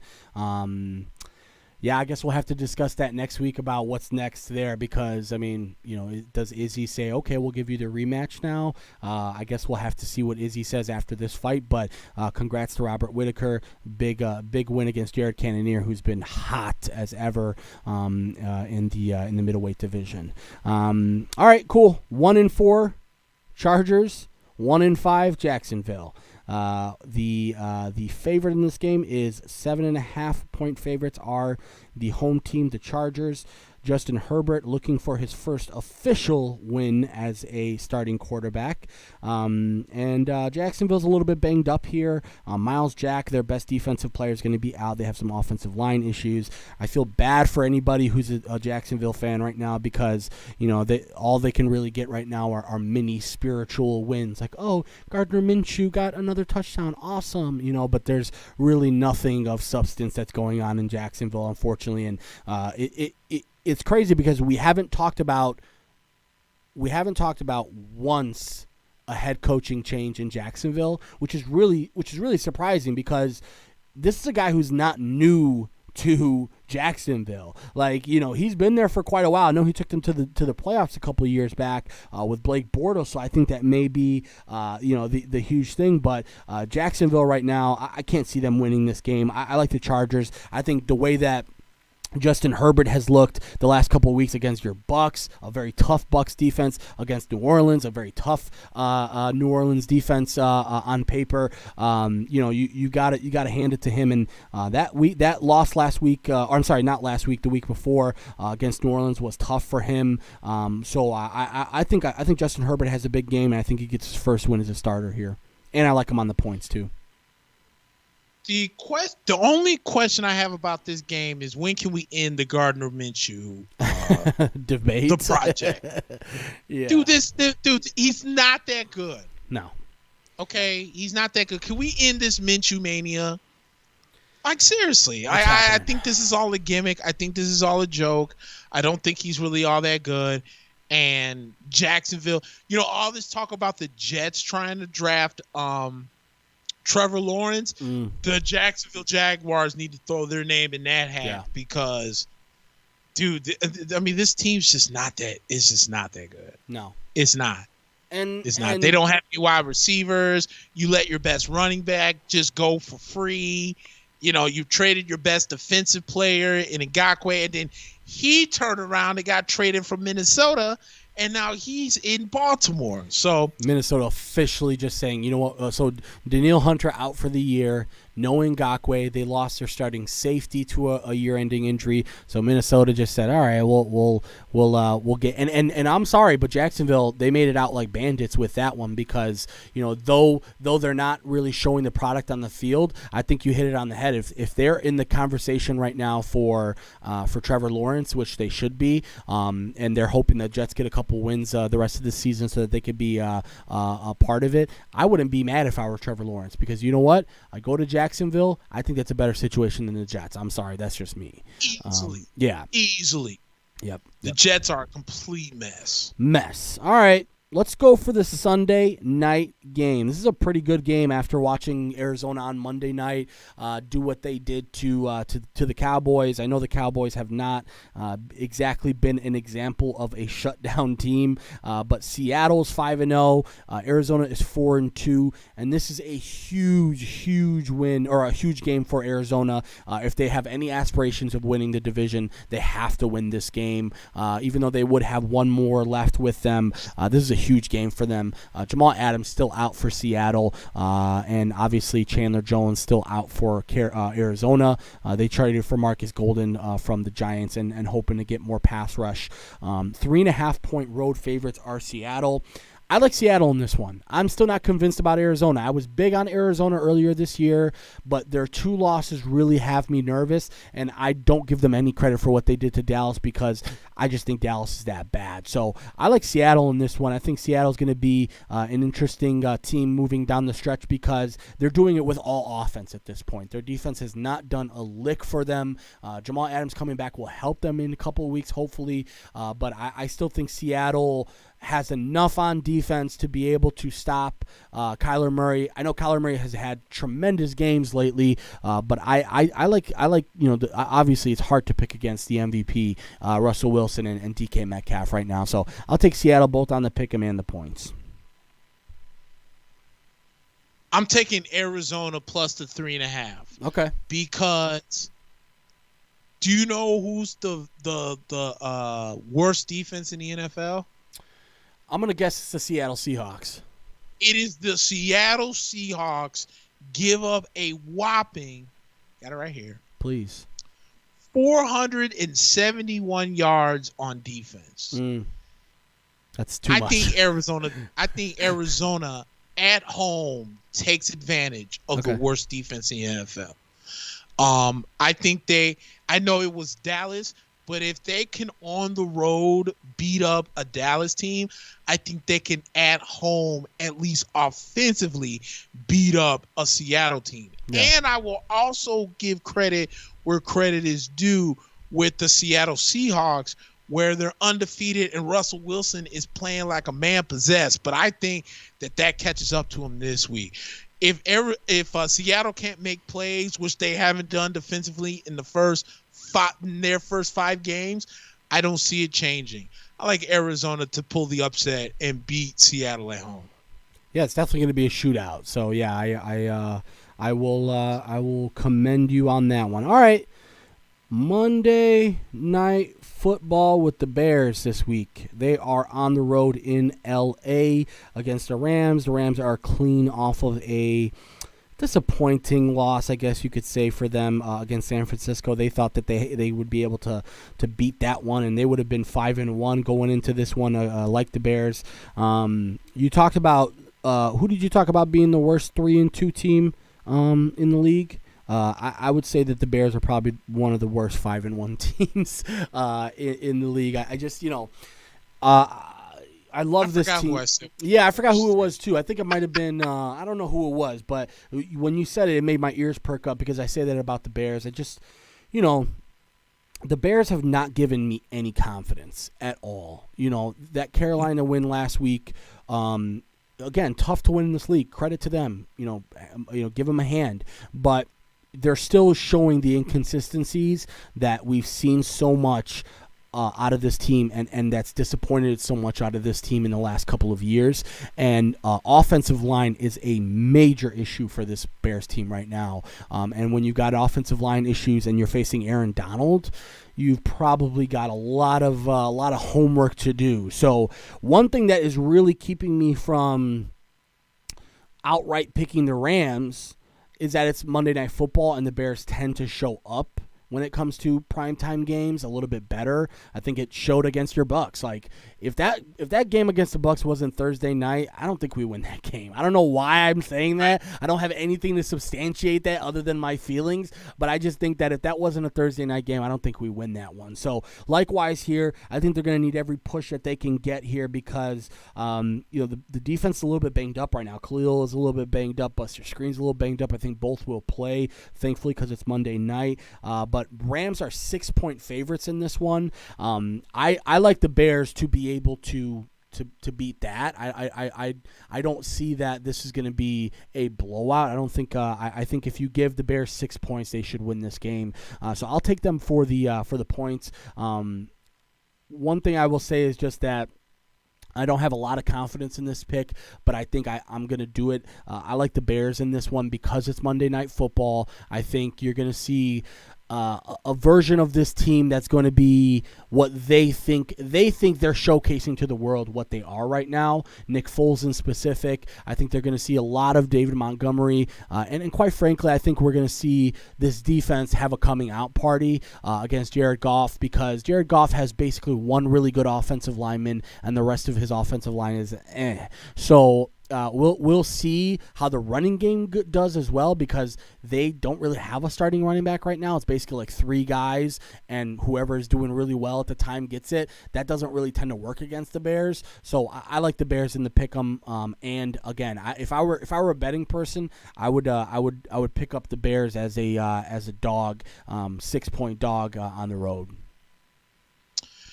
Yeah, I like the Bears too, but I like the Bears. I think it's more of my least amount of confidence in the Rams.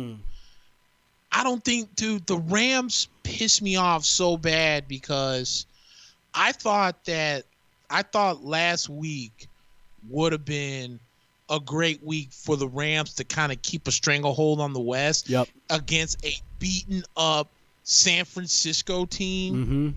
And they went on the road against a team that hasn't won at home all year and looked like complete utter crap. How does the Miami Dolphins go into San Francisco and put up 33, and you're a step and above better of an offense, and you not only lose, but you put up half of what Miami just put up? A lesser offense. So exactly. And that's what kills me about the Rams. I just feel like since they went to the Super Bowl, this team just hasn't been the same. They've been middle of the pack.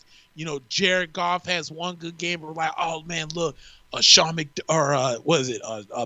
is doing such a great job with this offense, blah blah blah blah blah blah blah. And then they look like just pedestrian fools.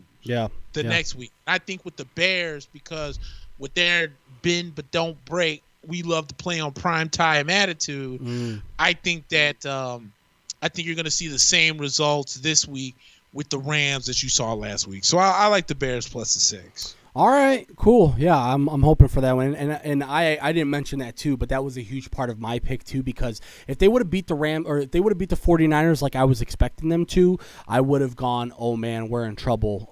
But the way that they looked in San Francisco, I was not impressed at all. I still feel like overall right now we've got enough to get it done, especially defensively. All righty. The Khabib fight is just about getting ready to start, Nick, so I think it's probably a good time to wrap up here. Is there anything else? Yeah, let's do that. No, I didn't said everything. Go Bucks, and by the time we talk next week, we'll be 5-2 and talk about the Bucks beating up on the sorry-ass Giants on Monday night. Yes, sir. All right. Perfect. Again, guys, do us a huge favor. We're actually streaming live on YouTube for the first time this week. So if you guys are more fans of YouTube than Facebook, check us out on YouTube. If anything, again, just do us a huge favor. Continue to share out the show. Tell your friends, whatever it may be. But appreciate it.